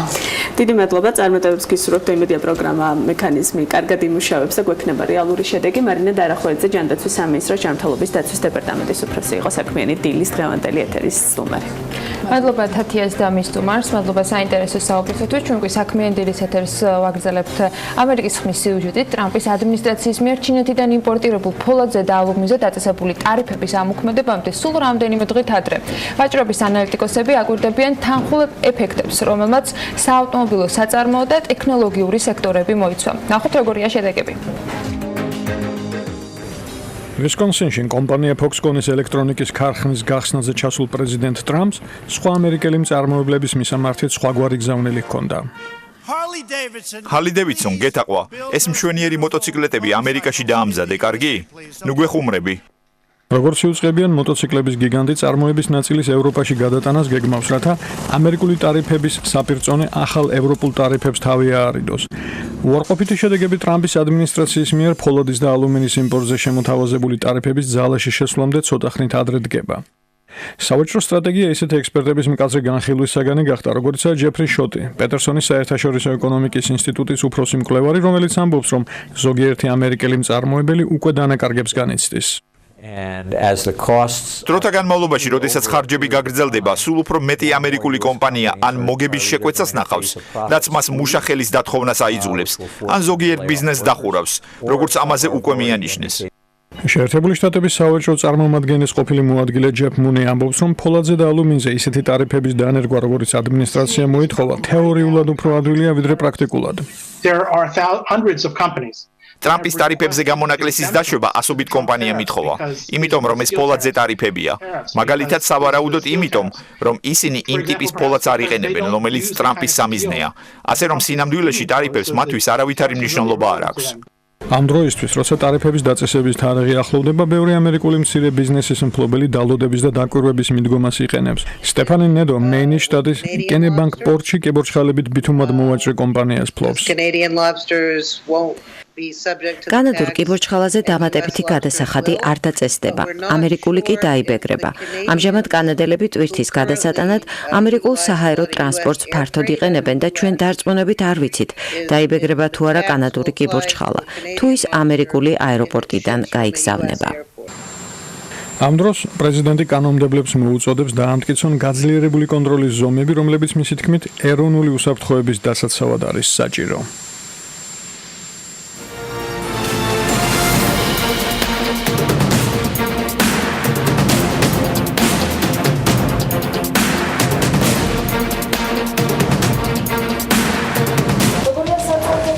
საქართველოსა და მსოფლიოში ბიზნეს სიახლეებით საქმიანი დილა განაგრძობს რამდენიმე წამში მაუწყებლობას, ძირითადად საკვებპროდუქტებზე კი საერთაშორისო ფასები 2018 წლის განმავლობაში პირველად ივნისში დაეცა. ენერგოეფექტურობას შესაბამისი აუდიტები დაითვლიან. ბოლო ორი კვირის განმავლობაში ზოგიერთ ბრენდირებულ სადგურზე ზოგიერთი ტიპის საწვავი კიდევ გაძვირდა. ფასებმა საწვავზე 2-დან 5 თეთრამდე მოიმატა. ნავთობპროდუქტების იმპორტიორთა კავშირის ვებგვერდზე აღნიშნულია, რომ არსებული მდგომარეობით ლუკოილის ავტოგასამართ სადგურებზე პრემიუმ ავანგარდი 2 ლარი და 41 თეთრი ღირს, მაშინ როცა 22 ივნისის მდგომარეობით მისი ფასი 2 ლარი და 36 თეთრი იყო. 3 თეთრით მოიმატა ევრორეგულარის ფასმა და 2 ლარი და 29 თეთრი ღირს. 22 ივნისის შემდეგ საწვავის ფასი შეიცვალა ვისოლის ავტოგასამართ სადგურებზეც. ეკოპრემიუმის ღირებულება 3 თეთრით არის გაძვირებული და 2 ლარი და 55 თეთრი ღირს. ასევე 3 თეთრით გაძვირდა 1 ლიტრი ევრორეგულარის ფასიც და 2 ლარი და 45 თეთრი ღირს. საწვავის ფასებში ზრდის ტენდენცია ჯერჯერობით გრძელდება. ამავე დროს ნავთობ იმპორტიორთა კავშირის ინფორმაციით 2018 წლის 6 ივლისის ვაჭრობის შედეგებით მსოფლიოს წამყვან ლონდონისა და ნიუ-იორკის სანავთობო ბირჟებზე ნავთობის ფასი ურთიერთსაპირისპირო მიმართულებით შეიცვალა. ლონდონში ბრენტის ტიპის ნავთობის ფასმა შეადგინა $77 და 11 ცენტი ბარელზე, ნიუ-იორკში კი ლაით სვიტის ტიპის ნავთობის ფასმა შეადგინა $73 და 80 ცენტი ბარელზე. ძირითადად საკვებპროდუქტებზე კი საერთაშორისო ფასები 2018 წლის განმავლობაში პირველად ივნისში დაეცა. ფაოს სურსათის ფასების ინდექსმა ივნისში 173.7 ქულა შეადგინა, მაისის თვესთან შედარებით კი ეს 1.3%-ით შემცირებული მაჩვენებელია. ვარდნა ძირითადად განპირობებული იყო ხორბალზე, სიმინძე და მცენარეულ ზეთზე ფასების შემცირებით. ფაოს მარცვლეულის ფასების კოეფიციენტი ერთ თვეში 3.7%-ით დაეცა. მიუხედავად იმისა, რომ ძირითადი მარცვლეულის წარმოების პერსპექტივები გაუარესდა, სიმინდისა და ხორბლის საერთაშორისო ფასებში შედარებით მკვეთრი ვარდნა არსებობდა. ამავდროულად ბრინჯის ფასი გაზრდილია. ფაოს მცენარეული ზეთის ფასების კოეფიციენტი მაისიდან 3%-ით შემცირდა და 29 თვის განმავლობაში ყველაზე დაბალ ნიშნულს მიაღწია. ფაოს რძის ფასის ინდექსი 9%-მდეა დაცემული. ასევე ფაოს ხორცპროდუქტების ფასების კოეფიციენტი მაისიდან მოყოლებული 3%-ით გაიზარდა, რასაც ცხვრისა და ღორის ხორცის ღირებულებების სწრაფი ზრდა მოჰყვა. შეპსაკია ჯორჯია ადგილობრივი ავიარეისების შესრულებასთან დაკავშირებით საქართველოს აეროპორტების გაერთიანების მიერ გამოცხადებულ ტენდერში მონაწილეობას გეგმავს კომპანიის დამფუძნებელი ამირან მანჯავიძე კი BMG-სთან ამბობს, რომ სატენდერო პირობები მათი ავიაკომპანიისათვის მისაღებია. ამ რეისებს საქართველოს რეგიონებში სწორედ ეს კომპანია ნაკიერ ჯორჯია ასრულებს. იმ რაოდენობასთან შედარებით, რასაც ახლა ასრულებს, სატენდერო პირობებით მოცემული სიხშირეების რაოდენობა ბევრად მეტია, თუმცა ეს პირობა სავალდებულო არ არის, აღნიშნავს ის. რეალურად რაც მოთხოვნილია, იმ რაოდენობის რეისის შესრულება და გადახდა შესაბამისად მოხდება, ამბობს მანჯავიძე. მისივე განმარტებით, ის თანხა, რაც სატენდერო პირობების მიხედვით 4 წელზე უნდა გაიწეროს, არ არის დიდი. რაც შეეხება კონკურენტს, თუ ვინ შეიძლება მათ გარდა ტენდერში მონაწილეობა მიიღოს, როგორც თავად მანჯავიძე განმარტავს, ამ ეტაპზე მისთვის ეს ინფორმაცია ცნობილი არ არის. ევროპის აეროპორტების საერთაშორისო საბჭოს ინფორმაციით კი არა ევროკავშირის საავიაციო ბაზარზე გადაყვანილ მგზავრთა რაოდენობა საშუალოდ 8%-ით გაიზარდა.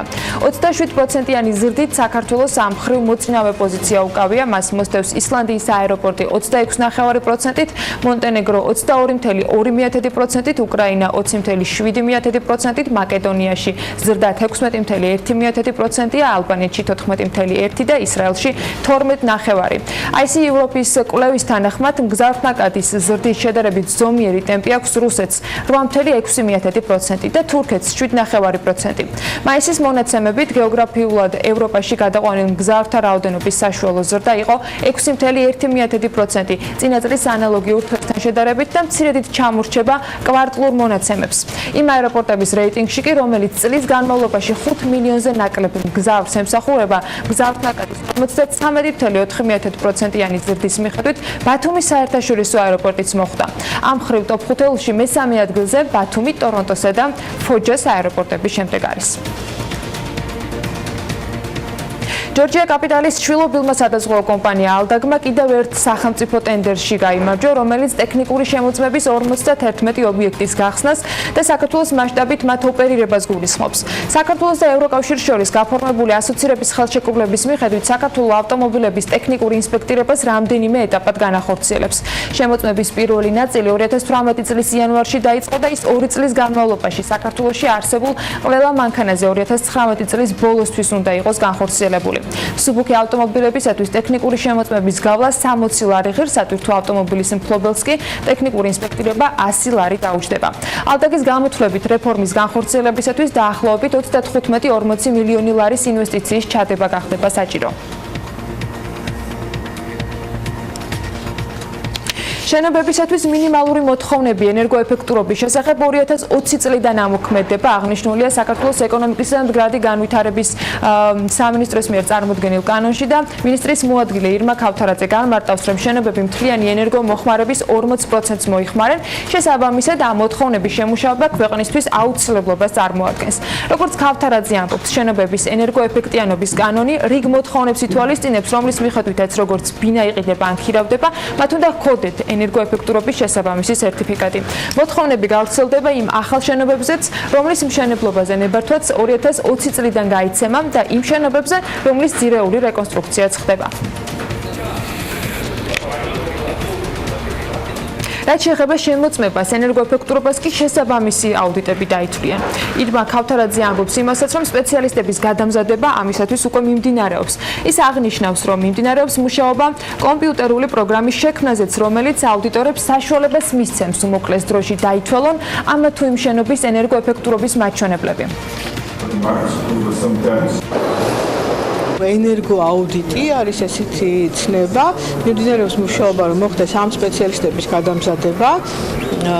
დიდი ხანია ასეთი მუშაობა მიმდინარეობს და შესაბამისად ამ პირებს შეეძლებათ, რომ ასეთი აუდიტები ჩაატარონ. ეს აუდიტი არ არის ძალიან კომპლექსური, თუ საუბარი არ არის ძალიან დიდ და რთულ შენობაზე. გარდა ამისა, გათვალისწინებულია ის, რომ შემუშავებული იქნება შესაბამისი უზრუნველყოფა, კომპიუტერული უზრუნველყოფა, კომპიუტერული პროგრამა იქნება, რომელიც შესაძლებლობას მისცემს ენერგოაუდიტებს, რომ ძალიან სწრაფად და იაფად შესაბამისი ენერგოაუდიტები ჩაატარონ. ამაზე კიდე ცალკე მუშაობა გვაქვს და ჩვენ მუშაობთ დონორებთან იმ სწავლაზე, რომ საქართველოსთვის ესეთი პროგრამა იქნება შემუშავებული. ბათუმში TBC ბანკის ორგანიზებით გასულ უქმეებზე რეგიონალური ფორუმი გაიმართა, რომელშიც მონაწილეობას დასავლეთ საქართველოში მოქმედმა ბიზნესების წარმომადგენლებმა მიიღეს. ბიზნესების წარმომადგენლებს ჰქონდათ შესაძლებლობა დასწრებოდნენ ვორქშოპებს და მათთვის საინტერესო საკითხებზე, ციფრული მარკეტინგის, სურსათის უნებლობის, საერთაშორისო სტანდარტების, სასტუმროების მენეჯმენტი, ახალი ტექნოლოგიები, ლიზინგი, ფინანსები და სხვა ინფორმაციები მიეღოთ. როგორც ჩაიარა ფორუმმა, ამას ლევან თაღიაშვილის რეპორტაჟში ვნახავთ ბათუმიდან. ინსპირაცია და ახალი იდეები ბიზნესისთვის სიცოცხლისა და განვითარების გარანტიაა.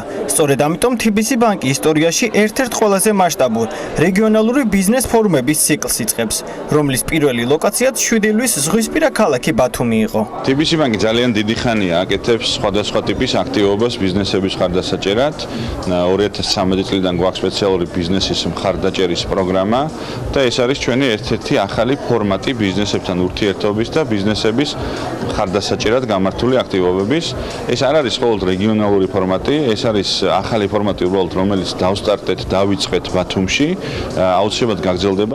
ღონისძიებაზე ცნობილმა სპიკერებმა, წარმატებულმა და ბიზნესში გამოცდილმა ადამიანებმა მოიყარეს თავი. გამომსვლელებმაც ძალისხმევა არ დაიშურეს და ფილოსოფიასთან შეზავებული ბიზნეს რჩევები უხვად დაურიგეს დამსწრე საზოგადოებას. ჩემი თემა არის კორპორატიული კულტურების შესახებ, ეს კულტურა 3-0 დავარქვით, იმიტომ რომ ჩემს წარმოდგენაში არის პირველი კულტურა, რომელიც არის ყველაზე ნედლი, ყველაზე ველური კულტურა, როდესაც დირექტორი ამბობს, რომ მე ვარ ალფა და მე ვარ ომეგა. მეორე კულტურა ეს არის რაღაცა უფრო ალბათ ჩვენთვის იმპორტირებული დასავლეთიდან, რომელიც არის რომ რაღაცა იერარქია არსებობს, რაღაცა კონტრაქტები არსებობს, კონტრაქტები კომპანიის შიგნით, კომპანიების გარეთ და მე რაღაცნაირად მოვიწამლე აღმოსავლური კულტურით და ჩავთვალე, რომ ძალიან საინტერესო იქნებოდა ცოცხალი კულტურა რა შეიძლებოდა ყოფილიყო. ცოტათი ქართული, ცოტათი ნამდვილი, ცოტათი ნასწავლი, ანუ სადაც ტვინი და გული ერთდება ერთად. შედეგმაც არ დააყოვნა. რეგიონული ბიზნესის წარმომადგენლები განახლებული იდეებითა და კონტაქტებით დასაჩუქდნენ. გულწრფელი ემოციები კი ჟურნალისტებს გაგვიზიარეს. ანალოგიური სახის ფორუმები ბიზნესისთვის ძალიან საინტერესოა. აქ ხვდები ძალიან საინტერესო კრეატიულ ადამიანებს და ფიქრობ ბიზნეს განვითარებისთვის, კრეატიული თუ ინოვაციური იდეების განხორციელებისთვის ასეთი სახის ფორუმები საკმაოდ პროდუქტიული იქნება და ფიქრობ რაც ხშირად იქნება ჩვენი ბიზნესი უფრო განვითარდება. თავისებური იყო თითოეული საინტერესო, ბევრი კრეატიული და საინტერესო აზრი გაჟღერდა, მათი მიდგომები, ფილოსოფიური ხედვები და რა თქმა უნდა სტატისტიკა, რომელიც გარეშეც ალბათ ბანკის ბიზნეს სექტორი წარმოუდგენელია. ფორუმზე კერძოს გარდა საჯარო სექტორის აქტიურად იყო წარმოდგენილი, რომლებმაც სახელმწიფოს მხარდამჭერი პროგრამები წარმოადგინეს და თანამშრომლობის განსხვავებული არხები შესთავაზეს მცირე და საშუალო ბიზნესის წარმომადგენლებს. მსგავსი ფორუმები მე იმაში არ არის უაღრესად მნიშვნელოვანი და ჩვენ მთავრობის გეგმის მიხედვით, ისედაც გათვალისწინებული გვაქვს ინფოტურები რეგიონების მიხედვით და ძალიან დიდი მადლობა TBC-ს, რომ ხარ ჩვენთან ერთად ახორციელებს გავს ფორუმებს. ფორუმი არის რა თქმა უნდა მნიშვნელოვანი იმ კუთხით, რომ ესეთი ფორუმები საშუალებას აძლევენ ჩვენ ბიზნეს საზოგადოებას, რომ გაეცნოს იმ სახელმწიფო პროგრამებს და არა მარტო სახელმწიფო, ზოგადად კერძოში მყოფ სახელმწიფო დახმარების პროგრამებს. დღეს ჩვენ საშუალება გვექნება გავაცნოთ ის პროგრამები, რაც დღესდღეობით ხორციელდება, ასევე ვესაუბროთ ჩვენ საზოგადოებას, ბიზნეს საზოგადოებას იმ გეგმებზე, რაც ახლო მომავალში იგეგმება. ცხადია ბიზნეს ფორუმის ციკლი გაგრძელდება, შემდეგი ლოკაცია კი ქუთაისი იქნება. ბათუმი დავიწყეთ და წინ კიდევ რამდენიმე რეგიონი და სუპერ საინტერესო ბიზნეს ფორუმია. პირველი შეკრების შედეგებს უკვე სტუმრებთან მოვიკითხავთ. თამუნა ჟიჟილაშვილი, TBC ბანკის მიკრო, მცირე და საშუალო ბიზნესის მართვის დირექტორი. თამუნა მოგშენებთ. და ჩვენთან ერთად არის მარიამ ქოიავა, SEO კონსალტინგის მმართველი პარტნიორი. იგი ერთ-ერთი სპიკერთაგანი იყო ფორუმზე, თუმცა ბევრი კითხვა დაგვიგროვდა ამ ფორუმიდან გამომდინარე მარიამთანაც. მადლობა გიორგი, დიალოგშენებს. ეჭვმა კიდევ მოგიწევს ამ ფორუმში, ოღონდ სხვა თემაზე, რაც კომპანიას ეხება. თამუნა, როგორ ჩაიარა ჯამში? რამდენიმე ფიდბექი, ანუ რაც შეიძლება და სოციალურ ქსელში ან თქვათ ლევან თაღიაშვილისგან პირადად მომეკითხა, ბიზნესისგან მივიღებ. თავარი არის, რას ფიქრობს აუდიტორია, ვისთვისაც ეს ყველაფერი გააკეთეთ და რეალურად რა გამოძახილი აქვს ბიზნესისგან ამ ტიპის თავღრილობებს?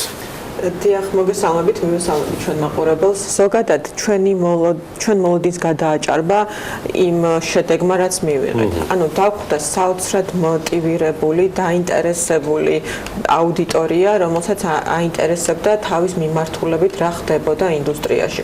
და ეს იყო საოცრად მაგარი შეგრძნება, იმიტომ რომ აქეთ პროაქტიულად ლექტორებს არ აცლიდნენ, რომ რაღაცა აქტიურები იყვნენ, კითხავს, ძალიან აქტიურები იყვნენ, ძალიან მომზადებულები იყვნენ, კონკრეტულად იცოდნენ რა აინტერესებდათ და ანუ შედეგად ეს სესიები იყო უფრო ეფექტური და ჩვენ ვართ ძალიან ბედნიერები, იმიტომ რომ ფაქტი, რომ რეგიონი უფრო სწრაფად ვითარდება, მე მგონი უკვე ასეთი ფაქტის წინაშე ვართ. და რა აინტერესებთ მათ, რა იყო ძირითადი ინტერესი? მაინტერესებს ვინ იყვნენ, როგორი ბიზნესების წარმომადგენლები, რომელი მიმართულების წარმომადგენლები იყვნენ ზოგადად ფორუმზე და აქტიურები განსაკუთრებით ვინ არიან?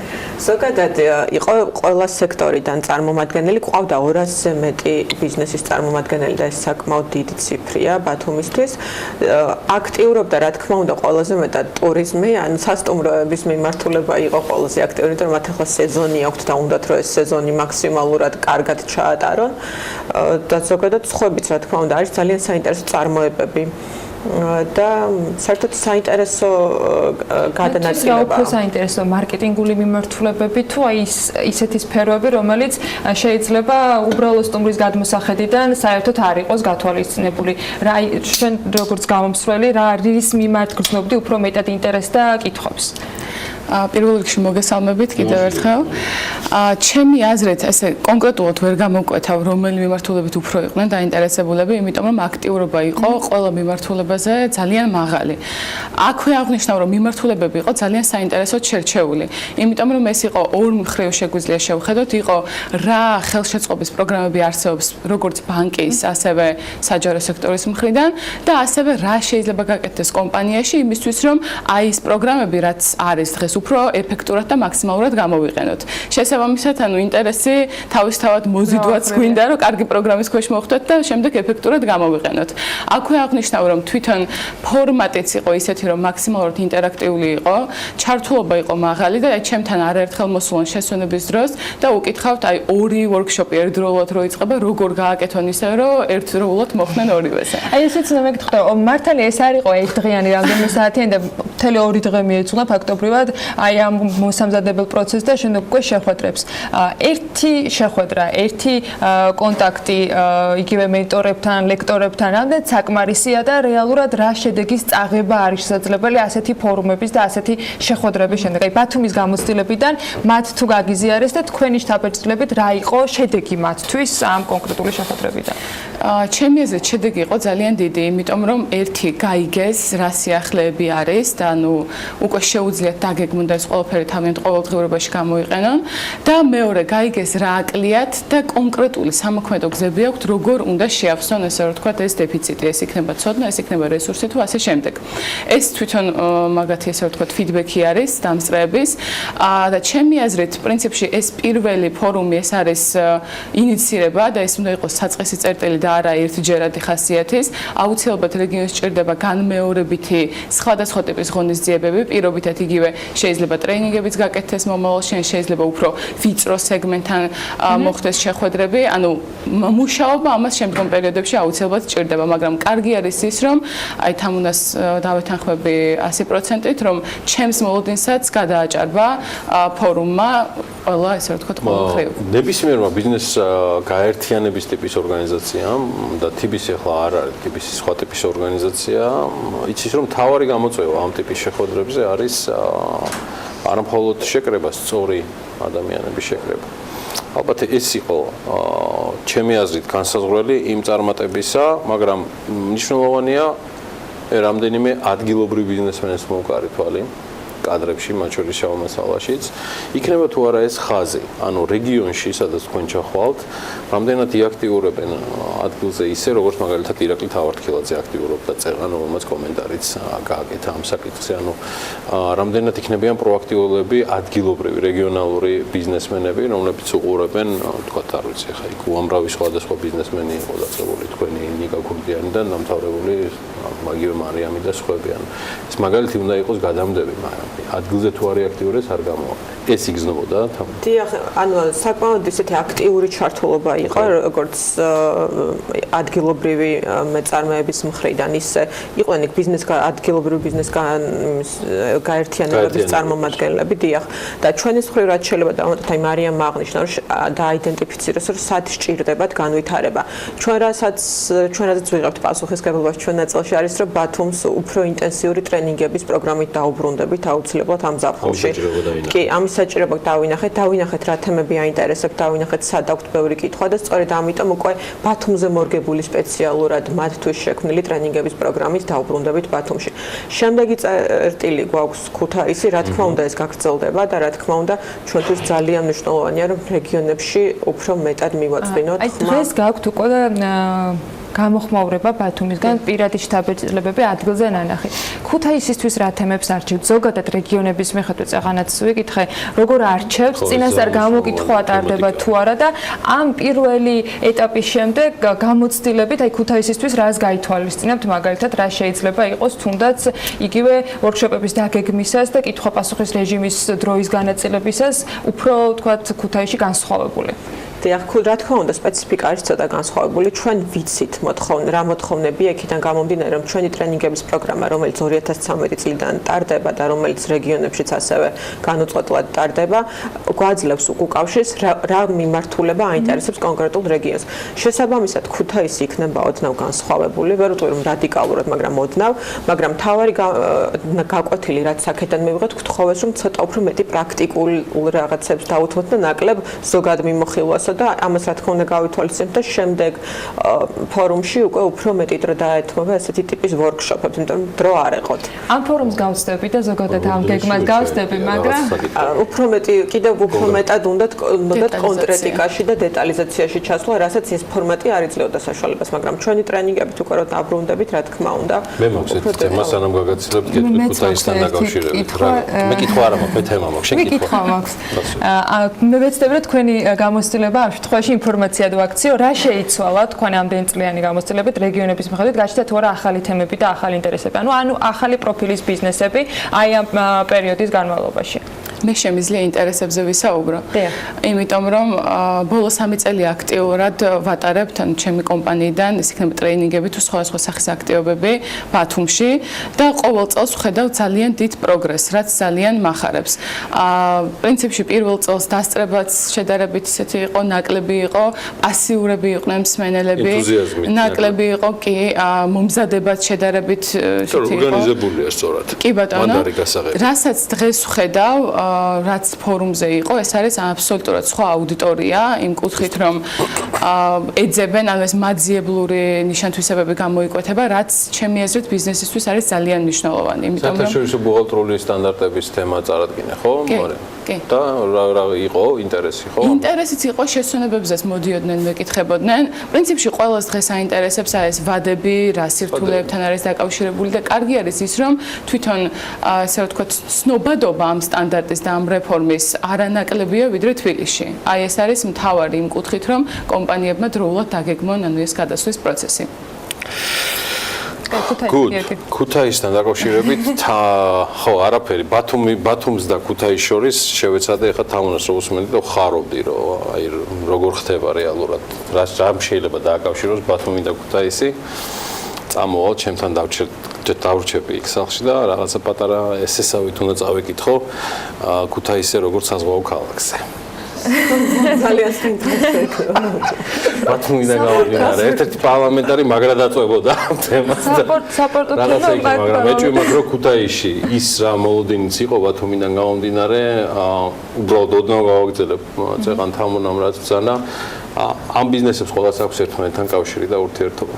დარწმუნებული ვარ რომ ქუთაისში კიდე რაღაცა სხვა ტიპის მოლოდინები დაგვხდება, უფრო პრაგმატული და უფრო მნიშვნელოვანი. ქუთაისი არ იქნება გაჩერებით წერტილი თამონაბოლო. ეს გაქვს თუ არა უკვე გაწერილი გეოგრაფია, ეს წლის განმავლობაში ეს მუდმივად გაგრძელდება, ტიპისგან. ჩვენ ვეცდებით რომ მოვიცვათ მთელი საქართველო, რა თქმა უნდა ვეცდებით რომ მსხვილი ლოკაციები დავფაროთ, თუმცა ტრენინგებით ვფარავთ პატარა ქალაქებსაც, ანუ მთელი საქართველო გვაქვს დაფარული ამ კუთხით და ვცდილობთ რომ არავის არ ვაწყენებთ, მაგრამ წეღარაც მარიამმა თქვა, უბრალოდ ეს მინდა რომ დავამატო. საოცრება იყო ტრანსფორმაცია, რაც ბათუმმა გაიარა ბოლოს 3 წლის განმავლობაში. ჩვენ პირველად რამ 3 წლის წინ ვიყავით ჩასული, დიახ, და აუდიტორია არის რადიკალურად შეცვლილი. ანუ ვერც შეადარებ 3 წლის წინ რა იყო და დღეს რა არის და მინდა გითხრათ, რომ თბილისის აუდიტორიას აქტიურობით ასწრებენ ფაქტიურად და ეს იყო ისეთი მაგარი შეგრძნება და ისეთი ამაყები დავბრუნდით უკან, რომ აი საოცრება ამიტომ აუცილებლად დავბრუნდებით უკან. აუცილებლად და ჩვენ თქვენთან ერთად ვიქნებით. თამუნა ჟიჟილაშვილი, TBC ბანკის მიკრო და საშუალო ბიზნესის მართვის დირექტორი. მადლობა მარიამ ქოიავას ჩვენთან ყოფნისთვის. მარიამს ამ დღეებში კიდევ ერთხელ უმასპინძლებთ მისი საკონსულტაციო კომპანიის გარკვეული მიღწევებიდან გამომდინარე, რომელიც ძალიან მნიშვნელოვანია და ასე რომ მხოლოდ მას დროებით ვემშვიდობებ, ისევე როგორც თამუნასაც შემდეგ ბიზნეს ფორუმამდე. სტუმრებს გავაცილებთ. რეკლამაზე გავიდეთ, ცოტა ხნით არა, იქნებ დიდი ხნითაც იყოს. მეტი რეკლამა BMG-ს და TV პირველს, მალე დაგიბრუნდებით.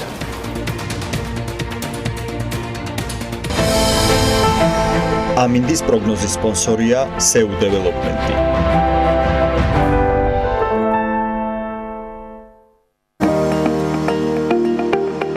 ამინდის პროგნოზის სპონსორია სადაზღვევო კომპანია უნისონი. თავისუფალი დაზღვევა თქვენი სიმშვიდისათვის.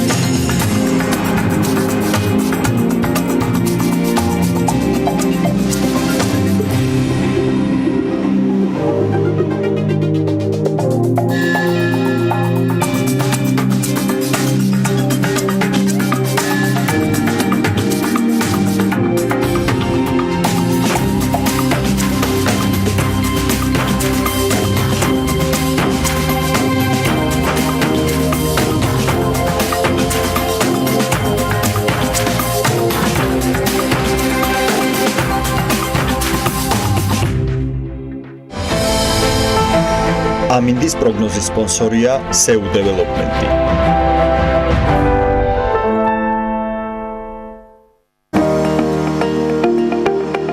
ამინდის პროგნოზის სპონსორია სადაზღვევო კომპანია უნისონი. თავისუფალი დაზღვევა თქვენი სიმშვიდისათვის.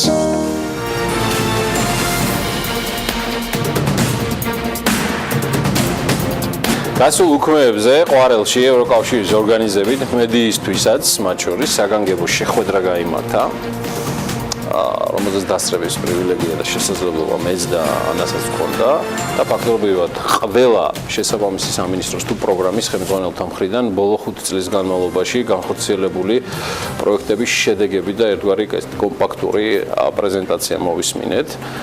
გარკვეულწილად მთავარ გამოწვევებზეც ვიმსჯელეთ. საინტერესო შეხვედრა იყო უდაოდ და ეხლა შევეცდებით მთავარი გზავნილები ჯერ რეპორტაჟით გაგიზიაროთ, რომელიც ანა ლაპიაშვილმა მოამზადა და შემდეგ უკვე სტუმრებთან ერთად გავშლით რამდენიმე თემას. ქართული რეწვის ნიმუშები, ბევრი ფერი, სუფთა ჰაერი, გემრიელი საჭმელი, ახლა დამოვლებული ჩურჩხელა, კარგი განწყობა და ღვინო. კახეთში სხვაგვარად, აბა როგორ შეიძლება? აქ ღვინოც დაელია და მასტერკლასებიც ჩატარდა. ან ბოთლი უნდა გავაშუალოთ დაახლოებით ახლა თვალი ზომი და ერთი ეშმაკობა ვიხმაროთ, ორი ზოლი აქვს ამ ბოთლს. ზოთა იმ ზოლს ვაფიქსირებთ. გაუსწორებთ. თავარი კი მასპინძლის ისტორიაა. წლიურად უშვებთ 1300 სტუდენტს. მალხაზ ასლამაზაშვილი ამბობს, რომ პროფესიული კოლეჯის ICS 120 კომპანიასთან თანამშრომლობით სტუდენტების დასაქმების მაჩვენებელი ამ დროისათვის 77%-იანია. ხშირად ვატარებთ შეხვედრებს დამსაქმებლებთან, მასტერკლასებს, რაც ამავდროულად ხელს უწყობს იმას, რომ მათის მხრიდან ხდება სტუდენტების გაცნობა და შესაბამისად წარმატებული სტუდენტები ადვილად საქმევიან. მასტერკლასები ჟურნალისტებსაც ჩაუტარდათ. ნასწავლი ხრიკებიც ათვისებულია, მაგრამ დამსაქმებელმა თავისთან არც ერთი დაიტოვა. მიკროფონის ჭერას მიჩვეულებმა ცოტა სამზარეულოშიც ვიტრიალეთ. დაგემოვნება და პროფესიონალი შეფმზარეულის ნახელავის შეფასება უკეთესად რომ გამოგვდის, კადრებშიც კარგად ჩანს. ეტიკეტი დავარღვიეთ. არადა სომელიეს საგანგებო ლექციისა და მასტერკლასამდე გამოცდილება ამაშიც გაგვიზიარეს. ეს გრძელი დღის ბოლო ნაწილი იყო. სავანეთში ჩასული ჟურნალისტებისათვის სასიამოვნო საღამო და პროფესიული სწავლების მსურველთათვის რამდენიმე თვიანი ოფიციალური კურსის ნაწილი, რომელიც ნებისმიერი ადამიანისათვის შემოსავლის წყარო შეიძლება გახდეს. ყოველი ჩვენგანი დასაქმების უნარიანია. ამ იდეით და ევროკავშირის პროექტის დახმარებით 2013 წლიდან სახელმწიფოს რამდენიმე სტრუქტურამ მუშაობა ერთობლივად დაიწყო. აქ დასაქმების საშუალების გაზრდას უწყობთ ხელს დამსაქმებლისთვის და პოტენციური დასაქმებელი ადამიანის ურთიერთობის ხელშემწყობი პროგრამაა. პროფესიული განათლების 2013-20 წლების სტრატეგიის მიხედვით სახელმწიფო ბიუჯეტიდან ჯამში 171,830,000 ლარი დაიხარჯება. დამუშავდა და შეიქმნა ევროკავშირის კანონმდებლობასთან თავსებადი საკანონმდებლო ჩარჩო.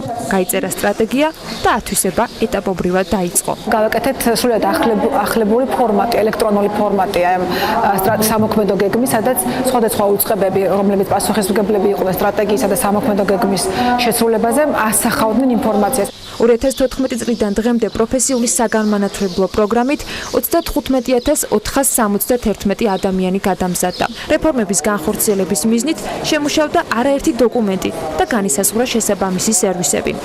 კონკრეტულად ეს ეხება პროფკონსულტირებას, კარიერის დაგეგმვას, პროფილირებას და ეს სერვისები დაეხმარება და ეხმარება ჩვენს სამუშაოს მაძიებლებს დროულად განსაზღვრონ მათი ინტერესების გათვალისწინებით, კარიერის დაგეგმვაში სწორად აირჩიონ პროფესია. ვრცელი და საჭირო ბიუროკრატიის პარალელურად პროფესიული განათლება რეალური დასაქმების შესაძლებლობით კონკრეტული ადამიანების შემოსავლებსა და კონკრეტულ სტატისტიკაში აისახება.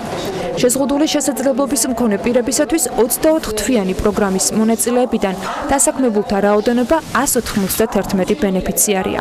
ჩვენ პროექტის შედეგები მხოლოდ და მხოლოდ რაოდენობრივი მაჩვენებლებით არ გაგვისაზღვრია, არამედ აქ ძალიან დიდი მნიშვნელობა ჰქონდა ხარისხობრივი მაჩვენებლების შეფასებას. მომავლის გეგმების განხილვა მედიასთან დისკუსიისას ყველაზე აქტიური ნაწილი გამოდგა.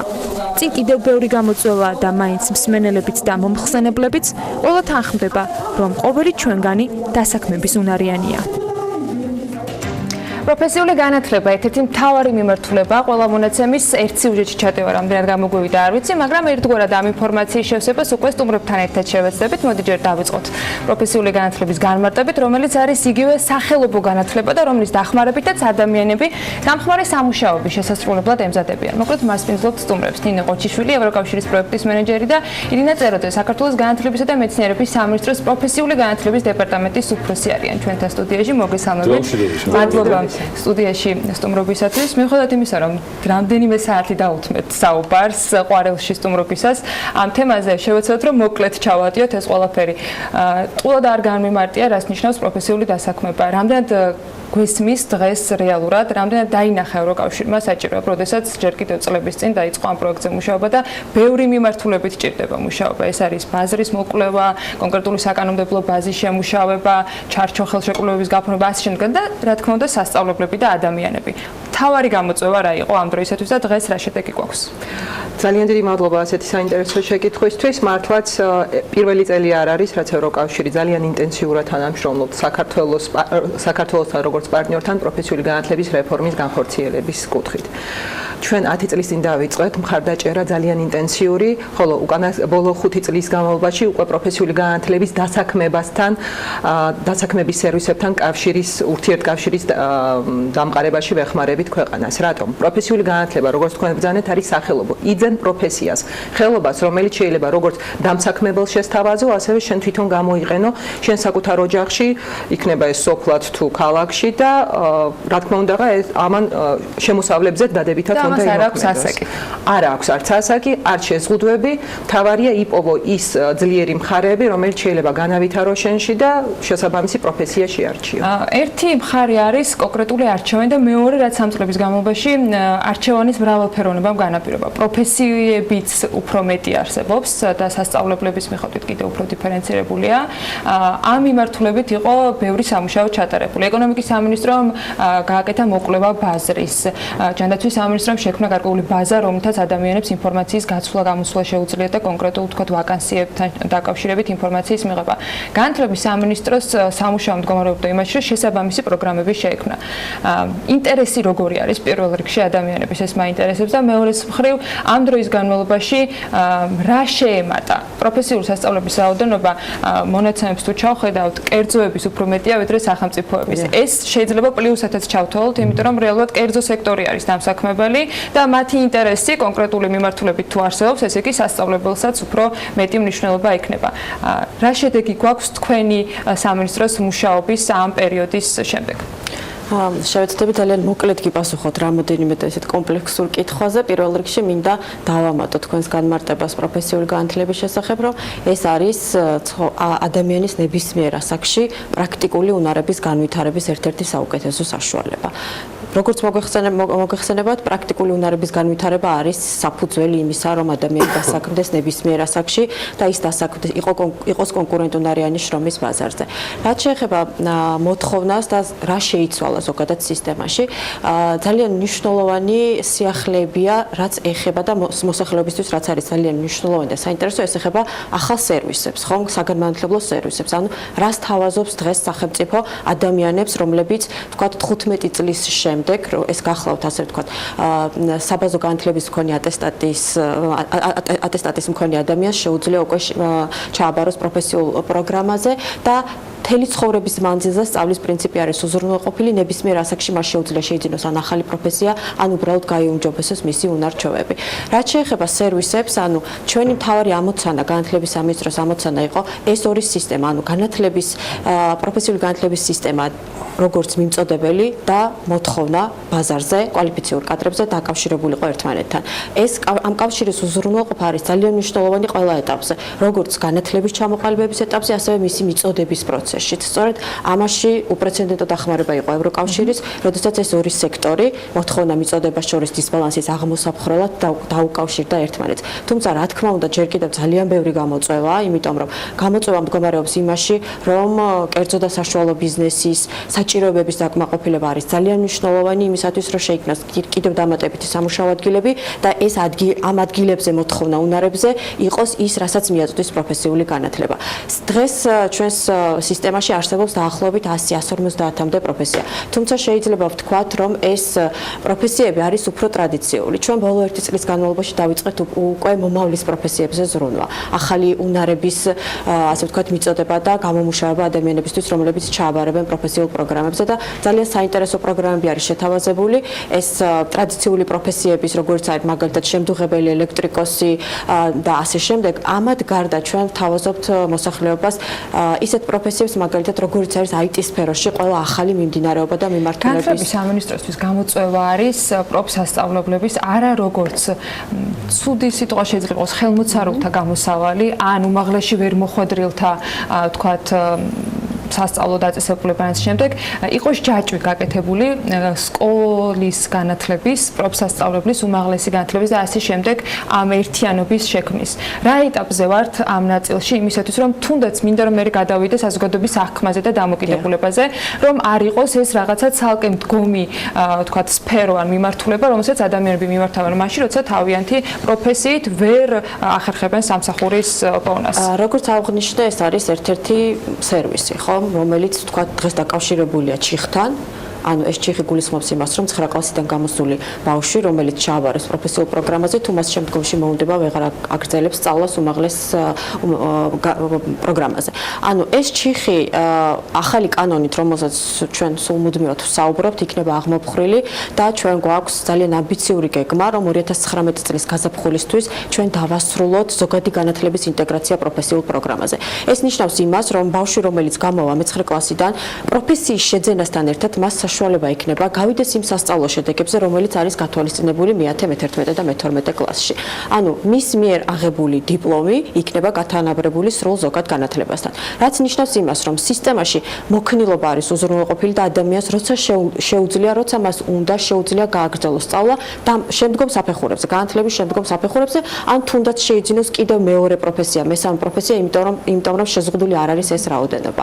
ძალიან მნიშვნელოვანია ეს იმისათვის, რომ ჩვენ იმიჯი, რომელზეც ჩვენ ვსაუბრობთ და ვიძახით, რომ არ არის დღეს პროფესიული განათლება მიმზიდველი, ერთ-ერთი მნიშვნელოვანი ფაქტორი გახლავთ სწორედ ეს, რომ ეს იყო ჩიხი. თუმცა ჩვენ ვფიქრობთ, რომ დაახლოებით 8 თვიანი, ასე ვთქვათ, პერიოდი ჩვენ გვეყოფა იმისათვის, რომ ყველა არსებულ პროგრამაში მოვახდინოთ ინტეგრირება ზოგადი განათლების, ასე ვთქვათ, საგნების და ადამიანები, რომლებსაც მე ვფიქრობ, რომ ძალიან მომხიბვლელი და წინადადებაა, იმიტომ რომ ნებისმიერ მშობელსაც თუნდაც მოუნდება მისმა შვილმა ისწავლოს, ანუ ჩვეულებრივად მიიღოს სრული ზოგადი განათლება და პარალელურად მას ჰქონდეს პროფესია. თუნდაც ძალიან პოპულარულია ბავშვებში IT მიმართულება და ძალიან ბევრი ვთქვათ ხელოვნების და შემოსდეს ძალიან ადრეულ ასაკში. რეალურად ვიდრე ნინოს დაუბრუნდებით, აი 100-150-დან რაც ახსენეთ. აი რა შეიძლება იყოს ყველაზე პოპულარული მოთხოვნადი, იმიტომ მე მაინც გონია რომ ბაზარია გამოსასვლელი. მოთხოვნადი, ანუ თუ შევხედავთ მოთხოვნადი აპლიკანტების მხრიდან და მოთხოვნადი შრომის ბაზრის მხრიდან, ან დამსახურების მხრიდან, სხვაობაა. აშკარად სხვაობა. დღეს შრომის ბაზარი ითხოვს სამშენებლო მიმართულების სპეციალისტებს, შრომის ბაზარი ითხოვს ენერგეტიკის მიმართულების სპეციალისტებს.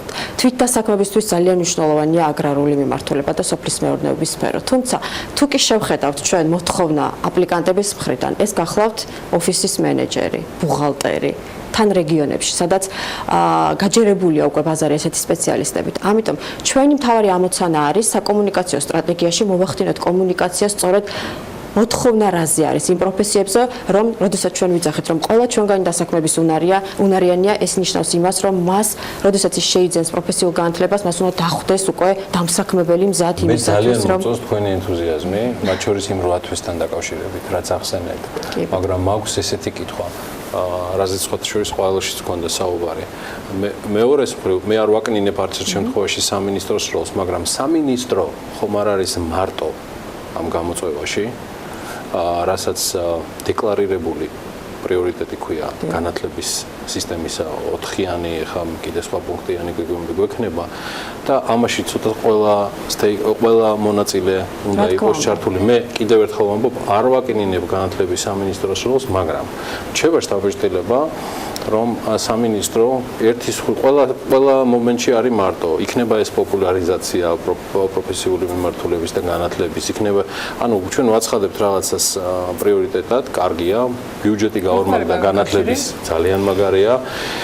ევროკავშირი არის თავისი უზარმაზარი ფონდებით, გამოცდილებით იმით ჩართული, მაგრამ ხომ არ არის წრე გასაფართოებელი. რა თქმა უნდა, აბსოლუტურად გეთანხმებით, იმიტომ რომ ეს არის სახელმწიფოებრივი მნიშვნელობის თემა, რომელსაც ჭირდება ძალიან დიდი დრო იმისათვის, რომ ადამიანებმა დამოკიდებულება შეიცვალონ, ამას ძალიან დიდი დრო ჭირდება, თუმცა ამაზე უნდა ილაპარაკოს საზოგადოების ყველა ჯგუფმა, მედიამ, მთლიანად მთავრობამ, დამსაქმებელმა, ანუ რომელიც არის რეალურად მომხმარებელი იმ პროდუქტის, რასაც ქმნის სახელმწიფოსთან ერთად თვითონვე დამსაქმებელი, იმიტომ რომ დუალური პროგრამები, როგორც მოგეხსენებათ, არის პრიორიტეტი და მასშტაბის ზრდა, როგორც იცით, დაიწყო წინა წელს და ძალიან გაფართოვდა ეს რაოდენობა პროგრამების, რომელიც დუალურად ხორციელდება და ჩვენ სახეზე გვაქვს აშკარად კმაყოფილება დამსაქმებლის დუალური პროგრამების განხორციელების მიმართულებით.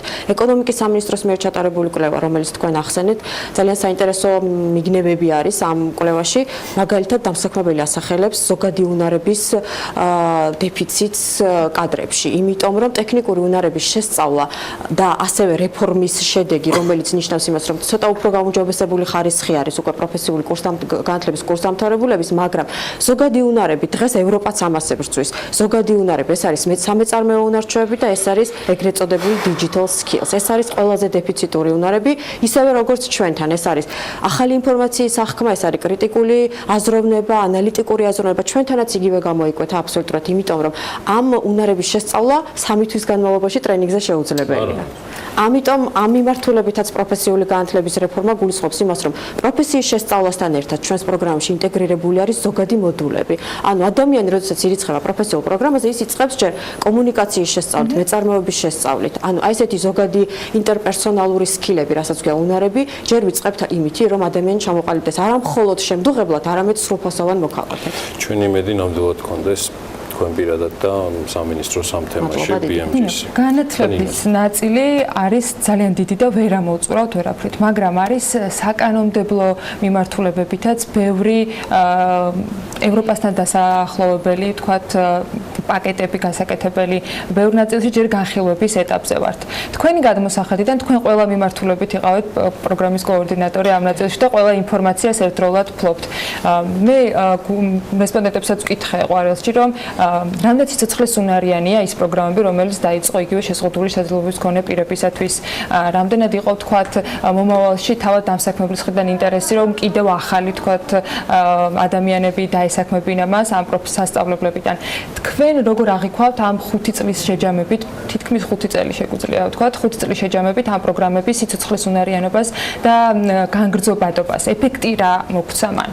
კიდევ ერთხელ ძალიან საინტერესო შეკითხვა გაქვთ. ჩვენ სპეციალურად გავაკეთეთ ორგანიზება, გავაკეთეთ ამ მედია ტურს პროგრამის ბოლოსკენ. რატომ? იმიტომ რომ გვინდოდა კონკრეტულ შედეგებზე საუბარი და როდესაც შედეგებზე ვსაუბრობთ, საერთოდ ევროკავშირის მიდგომა არის მდგრადობა, არის ამოსავალი წერტილი. რამდენად მდგრადია ის თანამშრომლობა, ის ინვესტიცია, რომელსაც ევროკავშირი ამა თუ იმ სფეროში დებს. ახლა ვერ გეტყვით რომ ერთი პროგრამით ამოიწურება ყველაფერი, ამიტომაც არის რომ უკვე ჩვენ 10 წლის განმავლობაში პროფესიულ განათლებასთან ძალიან ინტენსიური მუშაობა გვაქვს და უკვე მეხუთე წელია, რაც დასაქმების სერვისებთან, რაც სიახლეა საქართველოში, იმიტომ რომ აქამდე თითქმის რამდენიმე წლის წინ საერთოდ სახელმწიფო დასაქმების ხელშემწყობი სამსახური არ არსებობდა, როგორც ასეთი. და შრომის ბაზარი, მოლოდინი იმისა, რომ შრომის ბაზარი თვითონ დაარეგულირებდა იპოვიდა კურსდამთავრებულს, ამან ვერ იმუშავა ქვეყანაში. სწორედ ამიტომ მოხდა. ჯერ ისე გვაქვს დეფიციტი. რა თქმა უნდა, და ამაზე საჭიროა მუშაობა. ამიტომაც ჩვენ გავაგრძელებთ ამ თანამშრომლობას, თუმცა თქვენ ახსენეთ, შშმ პირებზე უკვე სახელმწიფო პროგრამაც არსებობს. ინსტიტუციონალიზაცია წავიდა იმ პროგრამების, რომელიც შეიძლება არასამთავრობო სექტორიდან წამოწეული იქნა პილოტირების სახით ერთ რეგიონში, შემდეგ განვრცობა მოხდა და უკვე თანამშრომლობენ ის არასამთავრობო ორგანიზაცია, რომელიც იყო წარდგენილი და რომელიც ძალიან კარგ საქმეს აკეთებს და შრომის სამინისტრო ისინი დამიჯერეთ თანამშრომლობენ და საკმაოდ კარგი მზარდი შედეგები აქვს და მდგრადი შედეგები, იმიტომ რომ მონიტორინგსაც ეს არ არის ასე დასრულდა პროექტი და ის ორგანიზაცია განმახორციელებელი ივიწყებს. ისინი მონიტორინგს უწევენ და მე გარკვეულ პერიოდში ამაზე საუბარიც გვაქვს ხოლმე მათთან. თქვენი პროგრამა, რომელიც გააგრძელებადია და 2020 წლამდე არის გაწერილი კონკრეტული ნაბიჯები. რას იტოვებს მთავარ აღმოსაფხვრელ გამოწვევად ან ხარვეზად, რომელიც დღეს სისტემაში გვაქვს? ჩვენი ახალი პროგრამა, რომელზეც ჩვენ უკვე წელიწადნახევარია რამდენიმე სამინისტროსთან, ჩვენს პარტნიორ ორგანიზაციებთან ძალიან ინტენსიურად ვსაუბრობთ. 20-ზე არა, 22-ზე არის გათვლილი. იმედია, რომ წელს შევძლებთ ფინანსური ხელშეკრულების ხელმოწერას, რომელიც საშუალებას მოგცემს კიდევ უფრო ვრცელი მასშტაბური პროგრამით დავეხმაროთ რეფორმის განხორციელებას. ეს დამოკიდებულია გარკვეულწილად რაღაც ტექნიკურ მოლაპარაკებებთან და ასევე პროფესიული განათლების კანონის მიღებასთან. ასე რომ ჩვენ სულ მოუთმენლად ველოდებით ამ კანონის დალაში შესვლას. რატომ? იმიტომ რომ ამ კანონმა უნდა გახსნას საშუალებები, რომელზეც ირინა მისაუბრა, რომ ადამიანს ნამდვილად ჩიხურობის აღმოფრის შემდეგ კონდეს საშუალება ისწავლოს მთელი ცხოვრების მანძილზე პრაქტიკულად და არა მარტო თეორიული განაცხადების საფუძველზე. ჩვენ ვითანამშრომლებთ როგორც შრომის ბაზართან, აუცილებლად, იმიტომ რომ ის რაც ბრძანა ირინამ ძალიან ნიშანდობლივია. ერთია რაც აცხადებს შრომის ბაზარი, მეორეა რაც ჩვენს ტვინებშია, ჯერ კიდევ ბუღალტერია უნდა ვისწავლო აუცილებლად და დავსაქმდები, ხომ? ინფორმირებული გადაწყვეტილებების მიღება არის აუცილებელი თითოეული ჩვენგანის მიერ. როდესაც მე პროფესიას ვირჩევ არა იმიტომ, რომ ის მოუმწონს, ან მეზობელს, ან ჩემი ოჯახის წევრს, ან მე ამხანაგსა აქვს არჩეული, არამედ იმიტომ, რომ მე ვიცი მომავალში როგორ დავსაქმდები და ამაში პროგნოზირება დაგვეხმარება ძალიან, რაც ამ ეტაპზე ჯერ არ არის საქართველოში. იმ მომავალი პროფესიების, რომელიც ქვეყანაში რამდენიმე წელიწადში იქნება მოთხოვნადი. აი ამაზე იქნება აქცენტი გაკეთებული და იმ მოთხოვნად პროფესიებთან რამდენად შესაბამისია განათლება. წინასწარ გვეცოდინება არჩევანისას რამდენის მიღებას შეცვლებთ ჩვენი პროფესიით? ხო, უბრალოდ ინტერვიუს მიღმა ბევრი გვექნება კიდე სასაუბრო. აბსოლუტურად სწორი ბრძანა ირინამ, რომ მედიის როლი აქ არის სრულიად უნიკალური. ეს არ არის რაღაცა ბანალური ინფორმაციის გადაცემა, სტორიტელინგი, აქ სხვა რამ არის გასაკეთებელი. მეც იმ საბჭოთა განათლების ნაშიერი ვარ ამ შემთხვევაში და ვიცი ის პრობლემები რეალურად რაც ჩვენში არის გამჟდარი. თუმცა პროფესიულ განათლებას თვისებრივად სხვა ხიბლი აქვს, რომლისთვისაც განწირული კი არაა. სადავარ ნებისმიერმა ჩემი ოჯახის წევრმა, მათ შორის უმცროსმა ისაკაძეებმა ენთუზიაზმით მოგიდონ ხელი, იმიტომ რომ ვიცი რომ ეს შემოსავლიანი და მოთხოვნადი იქნება. დანარჩენზე სხვა დროს და მოგვიანებით მანამდე კი კიდევ ერთხელ დიდი მადლობა ნინო ყოჩიშვილს, ევროკავშირის პროექტების მენეჯერს, ზოგადად ევროკავშირს ჩემგან განსაკუთრებული მადლობა ესეთი მუდმივი მხარდაჭერისთვის სხვადასხვა პროგრამებით და თემებით. წარმატებები მინდა უსურვო ირინა წეროძეს, იგი საქართველოს განათლებისა და მეცნიერების სამინისტროს პროფესიული განათლების დეპარტამენტის უფროსია. დიდი ალბათობით შემდეგ კვირაში ახალი მინისტრიც მივა და რაც ჩვენ გვაქვს ინფორმაცია, ეს იქნება მიხეილ ბატიაშვილი. დაველოდოთ ამ ინფორმაციას, რამდენად გამართლდება ჩვენი მორიგი პროგნოზი ამ თემასთან დაკავშირებით, თუმცა ეს ჩვენ სტუმრებს არ ეხება, ეს BMG-ის პროგნოზია. გავაცილებ სტუმრებს და მალე დაუბრუნდებით საქმიან დილას.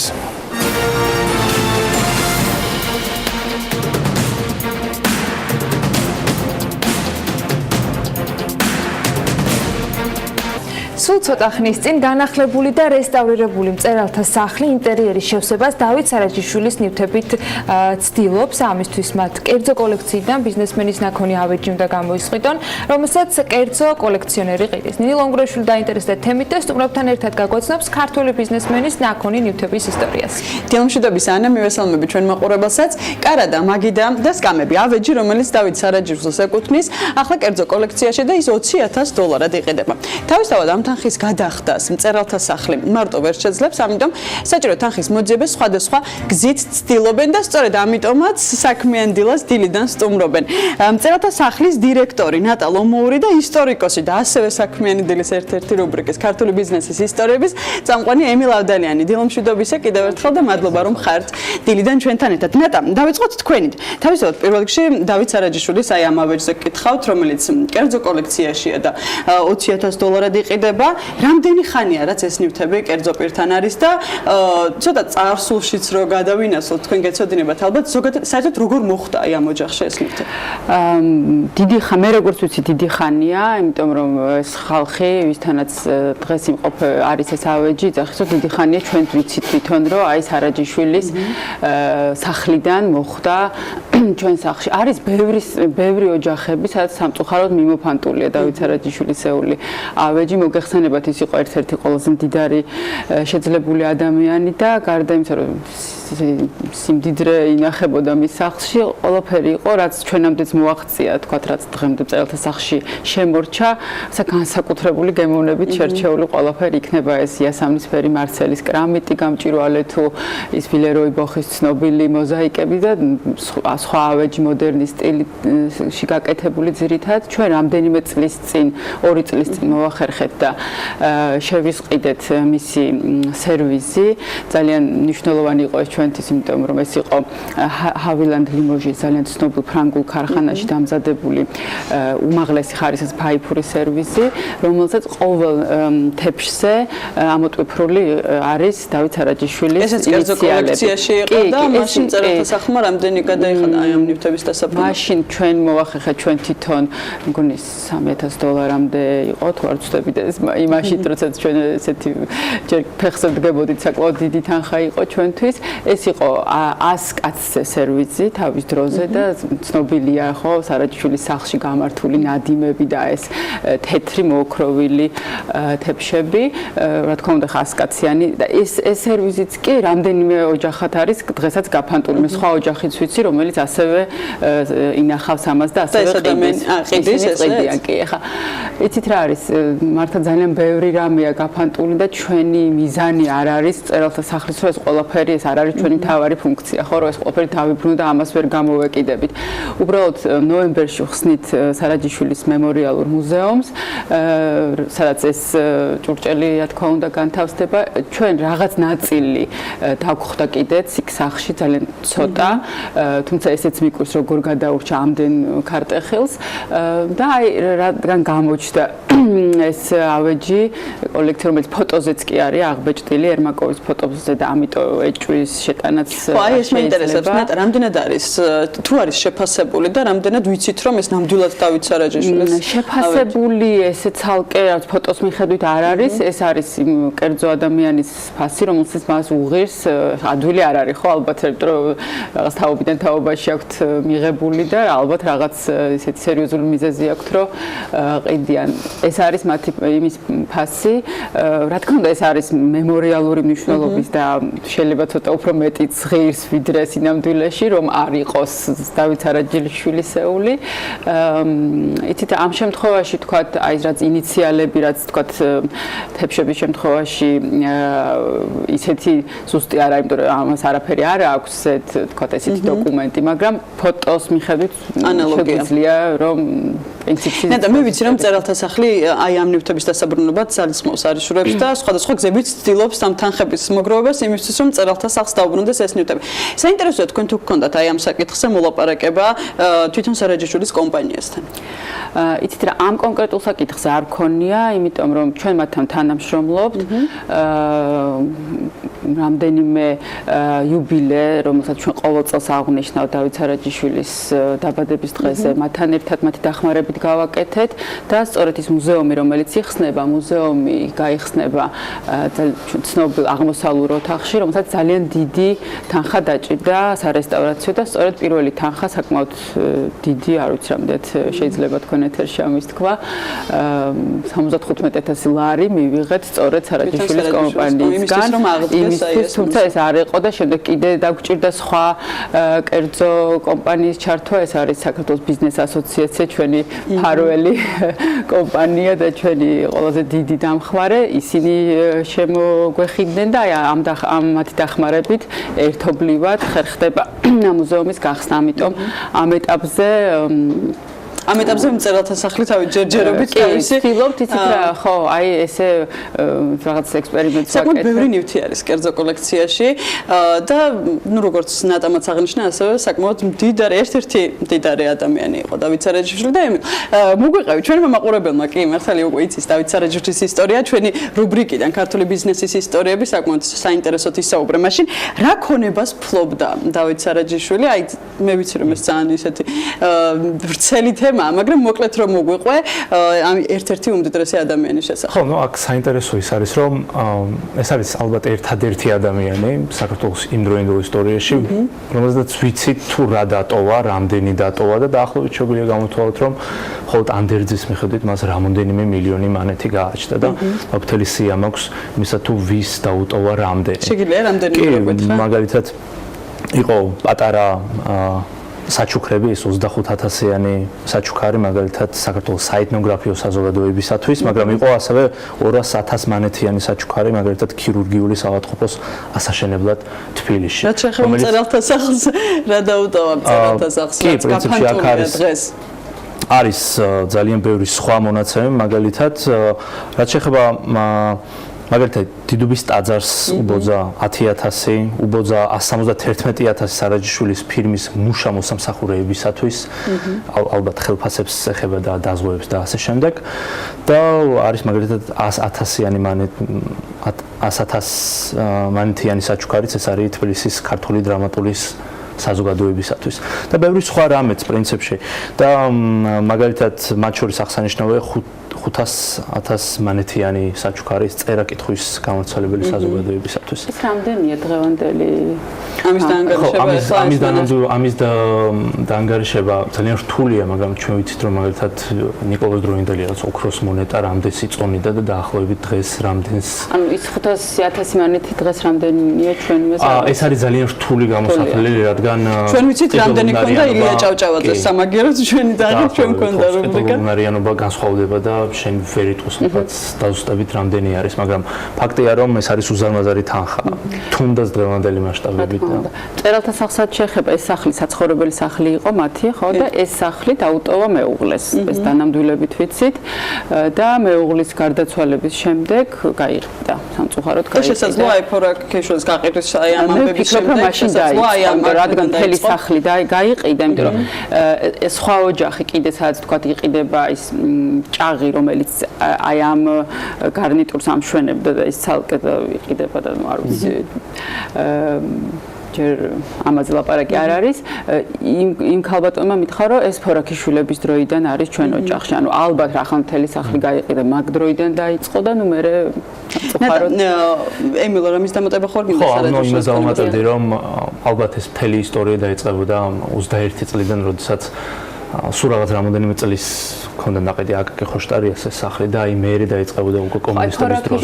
მე ვფიქრობ იქნებ ცოტა ადრეც შეიძლება რადგან სახლი ხო 18 წელს იყიდა უკვე ხოშტარიამ შეამარელობის შემდეგ უკვე გაიფანტა ეს ნივთები. ხოშტარიამ ძალიან ბევრი რამ შეცვალა იმ სახლში რაღაცნაირად ისე გამოდის რომ მიუხედავად რომ ძალიან პატივსაცემი ადამიანი იყო დავით სარაჯიშვილი ჩვენ როგორც ვიცით ხოშტარია ცოტა ცდილობდა მის სახელის რაღაცნაირად შეცვლას კი არა რაღაც მოკლედ უნდა თავისი დიდი კვალის დატოვება ამ სახლში და ძალიან ბევრი რამ შეცვალა პირველი როგორც ვიცით ეს ცნობილი ჯიხვი რომელიც არის დავით სარაჯიშვილის ემბლემა რომელიც დღეს ქარხანაშიც არის აი ის იყო ეზოში ბაღში იყო და ის მაშინვე მოაშორა ანუ ბევრი რაღაც მე ვფიქრობ რომ ეს რუბრიკა გასაკეთებელი გვაქვს ამ თემაზე ხოშტარია სარაჯიშვილის თემაზე და ნეტა ბოლო კითხვას დაგისვამთ ამ ეტაპზე რამდენი არის შეგროვებული მწერალთა სახლის ანგარიშზე იმისთვის რომ დავით სარაჯიშვილის ეს ავეჯი დაუბრუნდეს სახლს და ასევე იმ კერძო პირის ვის კოლექციაშიც ახლა არის თუ გელოდებათ ესე რომ ვთქვათ და რამდენად არის საშიშროება რომ შესაძლოა გაიყიდოს თქვენგან დამოუკიდებლად. საშიშროება რა თქმა უნდა არის, ეს უსასრულოდ ვერ დაგველოდება. სამწუხაროდ ჯერ არის, აი ერთი წელია ჩვენ ეს განცხადება გაკეთებული გვაქვს, თვარცები ორი სიუჟეტიც კი იყო სატელევიზიო, 3000 ლარამდეა მხოლოდ შეგროვებული, მაგრამ იცით რა არის, ჩვენ თვითონაც ისე ძალიან აქტიურ და აგრესიულ მარკეტინგულ და სარეკლამო კამპანიას არ ვაწარმოებთ ცოტა გამიზნულად იმ ხრივ რომ იმდენი სოციალური პრობლემებია ყოველდღე რაღაცა ხან ბავშვებისთვის გროვდება ფული ხან ბევრად უფრო საჭირო როტო საკითხები რომ ცოტა გერიდება რაღაც აი ამაზე ძალიან დიდი აქცენტის გაკეთება თუმცა ნუ ყველა თან პარალელურად რაღაცა საქმეც უნდა გაკეთდეს და ცოტა ხნის წინ დავიწყეთ ცოტა უფრო აქტიურად და აი ძალიან მარტივად რო ვთქვა 5000 ადამიანმა 10 ლარიც რომ დადოს ჩარიცხოს კი აი უკვე ადამიანმა რომ 10 ლარი დადოს წერალთა სახლი უკვე დაიბრუნებს და 10 ლარზე არის საუბარი ჩვენ ძალიან ბევრი გულშემატკივარი გვყავს ჩვენი წერალთა სახლი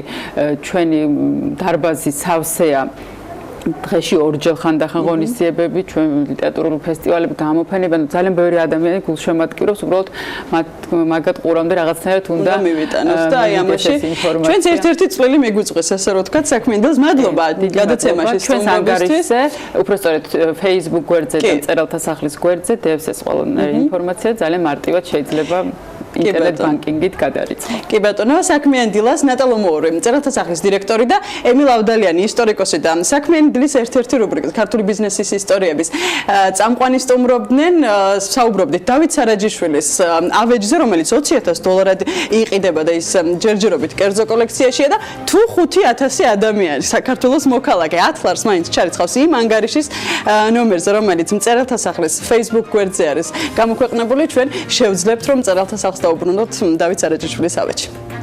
მადლობა ნინი ლონგურაშვილს, ემილ ავდალიანს უახლოეს მომავალში ემუქრება კიდევ ძალიან საინტერესო ამპლუა BMG-ში, ამაზე ცოტა მოგვიანებით და სხვა დროს. ერთის თქმა შემიძლია, რომ ემილთან და Forbes-თან ერთად ჩვენ შევეცდებით ნატალო მოვრის კითხვას გავცეთ პასუხი და დავით სარაჯიშვილი სხვა წარჩინებული ქართველი მდიდრები ვინც იყვნენ, ერთგვარი რაღაცა რეიტინგი მაინც მომახერხოთ, რაღაცა ინდექსაციის უნიკალური ფორმულა გამოვიყვანოთ იმ დროინდელი თანხებისა და დღევანდელის რეალურად რა და როგორ ექნებოდა. რაც შეეხება ნატალო მოურს, იცით ის უნიკალური საქმე, რასაც ნატა და მისი კოლეგები აკეთებენ, დახმარება იქ არის ერთგვარად ლიმიტირებული, იმიტომ რომ არსებობენ მხარდამჭერები, რომელთანაც უბრალოდ ეს გუნდი ვეღარ მივა. ეხლა საჭიროა თვისებრივად სხვა ხალხი ჩავერთოთ ადამიანები და ნატას მიერ შემოთავაზებული ვარიანტი არის ერთგვარად გამოსავალი იმ სიტუაციიდან, თუ კიდევ ერთხელ ვამბობ, ყველაზე წარჩინებულნი და შეძლებულნი ამ ქალაქში და ქვეყანაში ვერ იშურებენ ამ შემთხვევაში იმ შესაბამის გასამჯელოს, რომ ეს კერძო კოლექციიდან ბინა დაიდოს უკვე მაჩაბლის ქუჩაზე. ჩვენ ამისთვის ყველაფერს გავაკეთებთ და ამ თემას ხშირად შევეხსენებთ ჩვენს BMG-ს ეთერებში, რადგან მგონია, რომ ის არაჩვეულებრივი საქმე, რაც წერალთა სახლს და მის ადმინისტრაციას აქვს წამოწყებული 24 საათიან ყურადღებას და მხარდაჭერას საჭიროებს. ეს ყურადღება BMG-სგან და Forbes-ისგან ნატას და მის პარტნიორებს გარანტირებული ექნება. გავვალთ რეკლამაზე, ოღონდ მას შემდეგ, რაც იქნება სიუჟეტი, რომელსაც ანა წარმოგიდგენთ. კანონმორჩილი მოქალაქეები განსაკუთრებით კი მძღოლები ზოგჯერ კანონმდაბლობთა სიაში გადაჭარბებული სიჩქარით გადაადგილების დროს ეწერებიან. ყველა რისკის გადაზღვევისთვის ავტოინდუსტრიაში მალე ინოვაციური პროდუქტი TTM update გამოჩნდება. პროდუქტი TTM გრუპის სტარტაპი არის და ავტომობილების სიჩქარის გადაჭარბების პრობლემას აგვარებს. როგორ და რაშია ინოვაციური მიდგომის მთავარი გასაღები, ამას სალომე ჭიპაშვილი მოგვიყვება.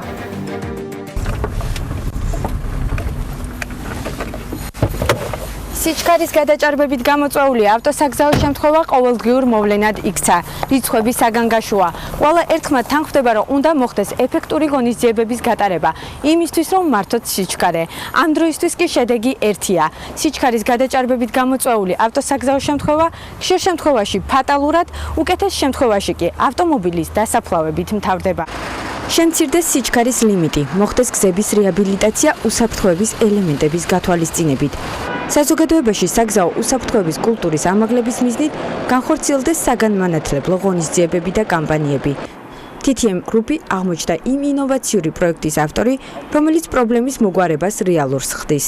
სიჩქარის გადაჭარბება ძალიან დიდი პრობლემაა და გადავწყვიტეთ, შეგვექმნა რაიმე ისეთი, რაც შეძლებდა თქვა ამ პრობლემის აღმოფხრას. ამ მომენტამდე მაგალითად ავტომობილის სიჩქარე არის დამოკიდებული მხოლოდ ძღოლის სურვილზე ან ხასიათზე და არანაირი თქვა რაღაც გარეგანი მექანიზმით შეიძლება რომ ეს აღკვეთოთ, თქვა არ არსებობდა და თანამედროვე ტექნოლოგია მოგცა საშუალება შეგვექმნა TTM update-ი, რომელიც არეგულირებს ავტომობილის სიჩქარეს.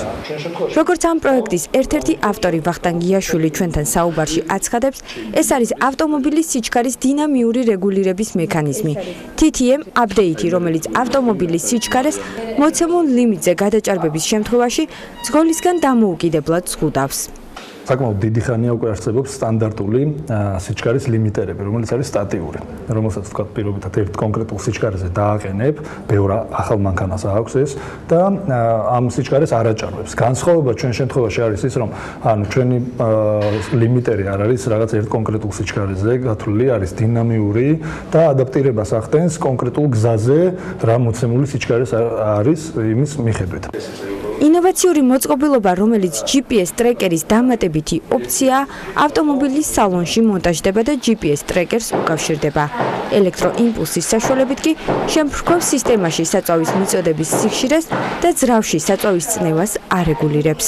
ჩვენი ალგორითმის მეშვეობით საწვავის მიწოდების ძრავში ელექტროიმპულსი იგზავნება ისეთი სიხშირით, რომ საწვავი ისევ შეიფრქვევა ძრავში, თუმცა ძრავი ვეღარ გამოიმუშავებს სიმძლავრეს და ამის ხარჯზე ხდება ავტომობილის შენელება. TTM გრუპის 10-კაციანმა ჯგუფმა მოცემულ პროექტზე მუშაობა 2018 წლის იანვარში დაიწყო.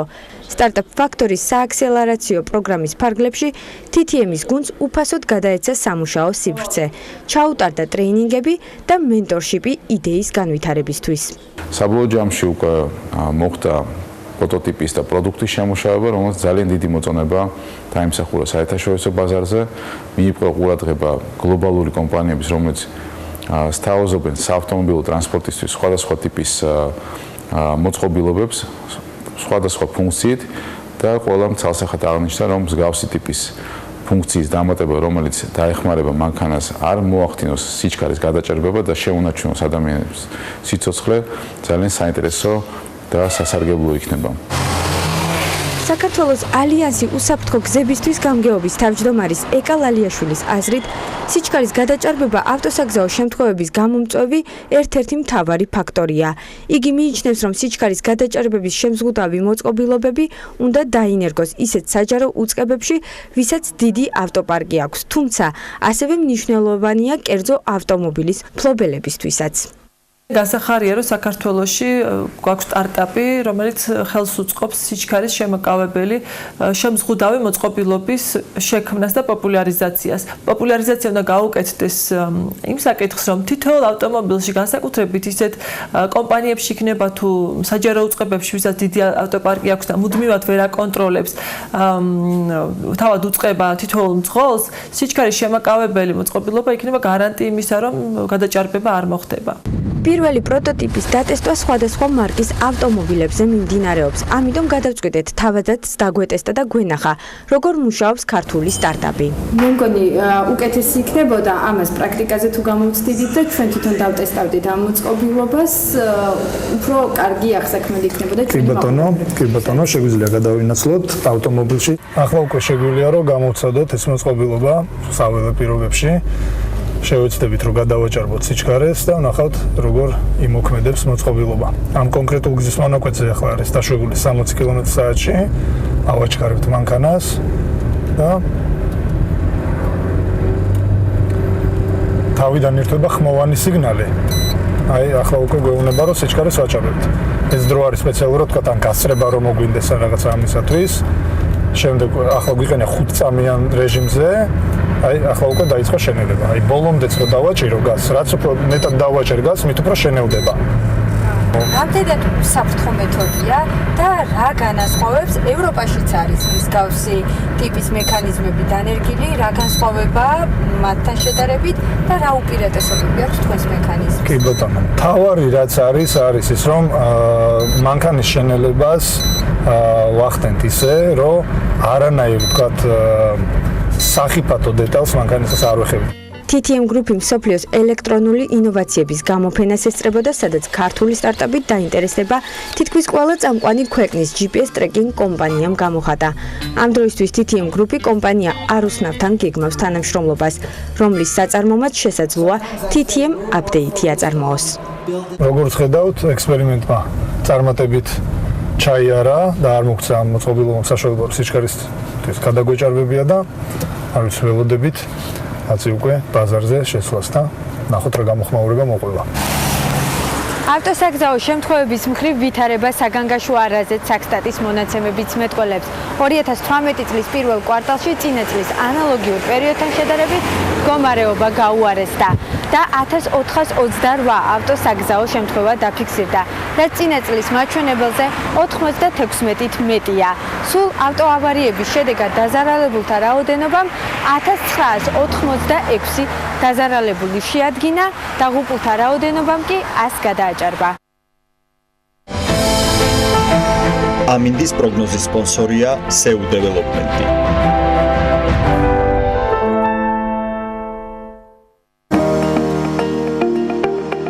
ამინდის პროგნოზის სპონსორია სადაზღვევო კომპანია უნისონი. თავისუფალი დაზღვევა თქვენი სიმშვიდისათვის.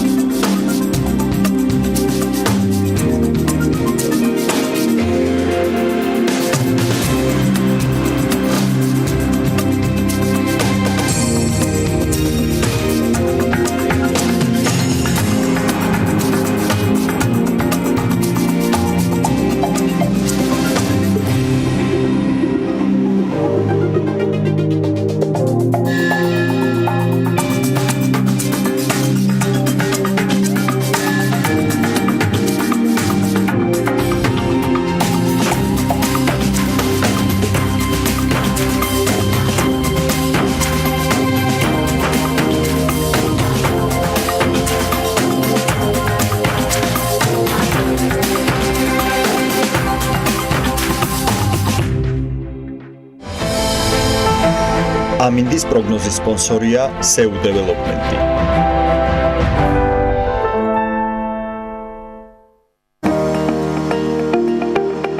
ამინდის პროგნოზის სპონსორია სადაზღვევო კომპანია უნისონი. თავისუფალი დაზღვევა თქვენი სიმშვიდისათვის.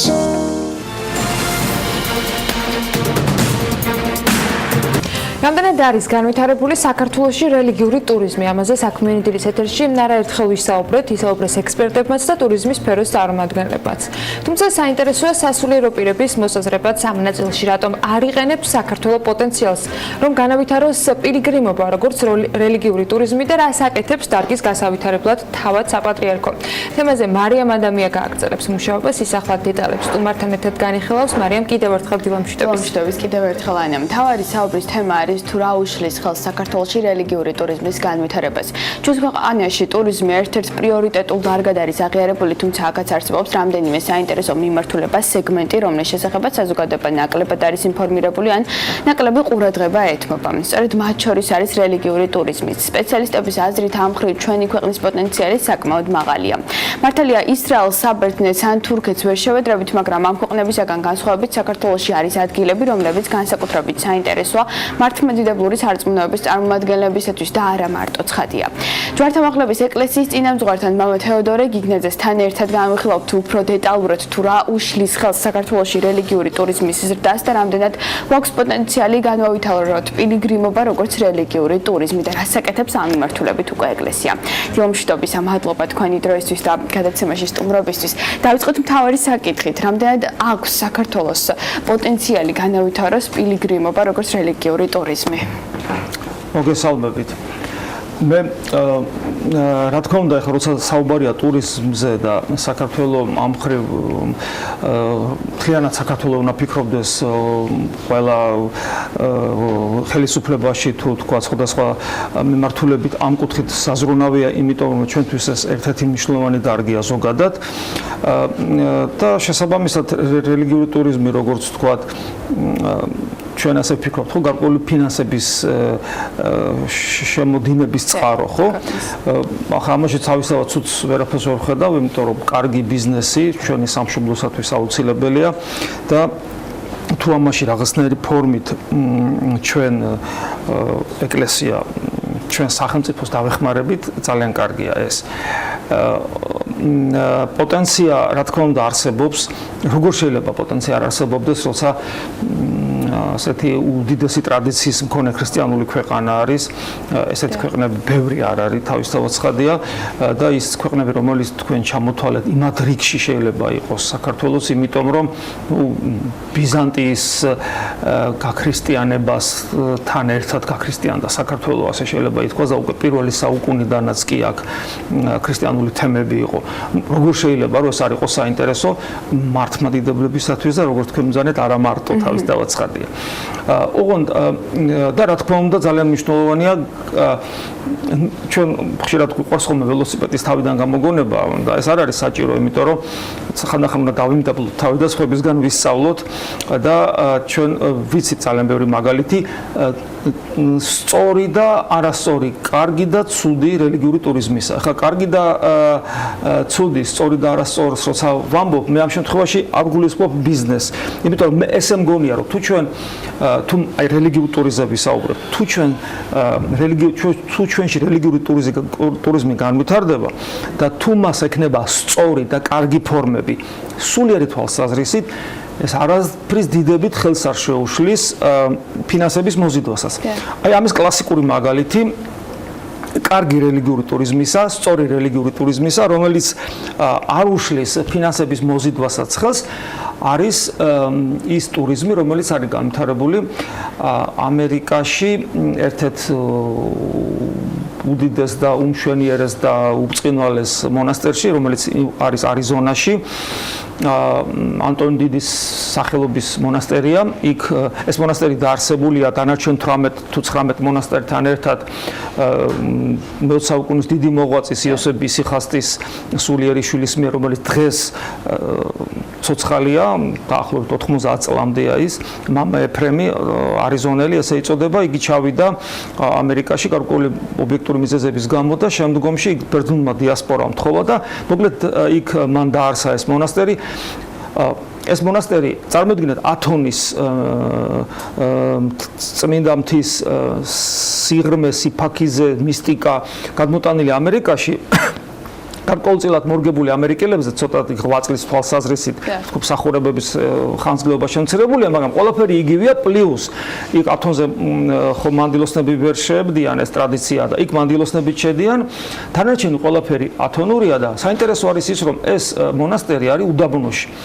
როგორი უდაბნოა იცით, იქ ესე იგი არის პალმები, რომ მიდიხარ, მე ნაყოფი ვარ და აქედან გამომდინარე ჩემი ემოციურად იმიტომ საუბრობ, თვითონ ეს ადამიანი ძალიან მიყვარს იესოების ხასიათი, თვითონ ეფრემ არიზონელი, საოცარი, უნიჭიერესი კაცი, უნიჭიერესი ადამიანია და უაღრესად საინტერესო პიროვნება, მე რო ჟურნალისტი ვიყო, მაგაზე კარგ სიუჟეტს გავაკეთებდი, ვიღაცებმა გააკეთეს, მაგრამ ნუ უფრო კარგს გავაკეთებდი, ეს იმდანად საოცარი პიროვნება და მისი წიგნები არის ძალიან საინტერესო, იუმორია, განსაცვიფრებელი და ამ იუმორში ისეთ საოცარ სიღრმეებს იძლევა და ეთყობა მისი სულისკვეთება გადავიდა. ესე იგი ეს არის უდაბნო, იქ არის უზარმაზარი პალმები, აი დიდი პალმები როა ვესტერნებში რო გვინახავს და გველები, მორიელები და 1000 უბედურება. ადამიანები გარცხოვებენ, მხოლოდ ციხეებია.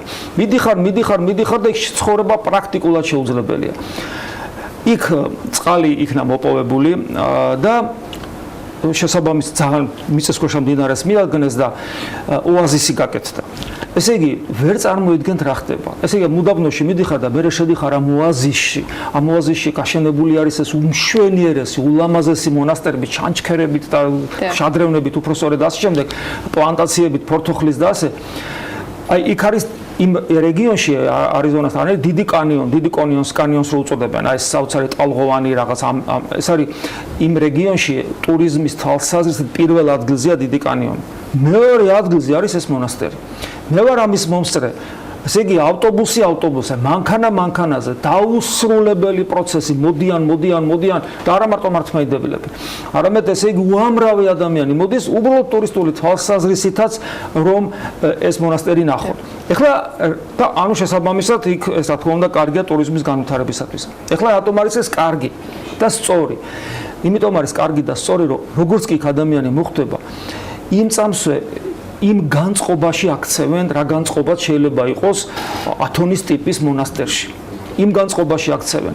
უფაქიზესი ღვთისმსახურება, იქ როგორი ბერები არიან. ანუ ესე იგი მისიონერობა. ანუ უამრავი ადამიანი მიდის და იქიდან მიაქვთ არა მარტო მშვენიერების განცდა, რომელიც იქ მონასტერში ხდება, არამედ მართლმადიდებლური სულის სიდიადე, როგორც ცოცხალი ღმერთის მსახურებისა.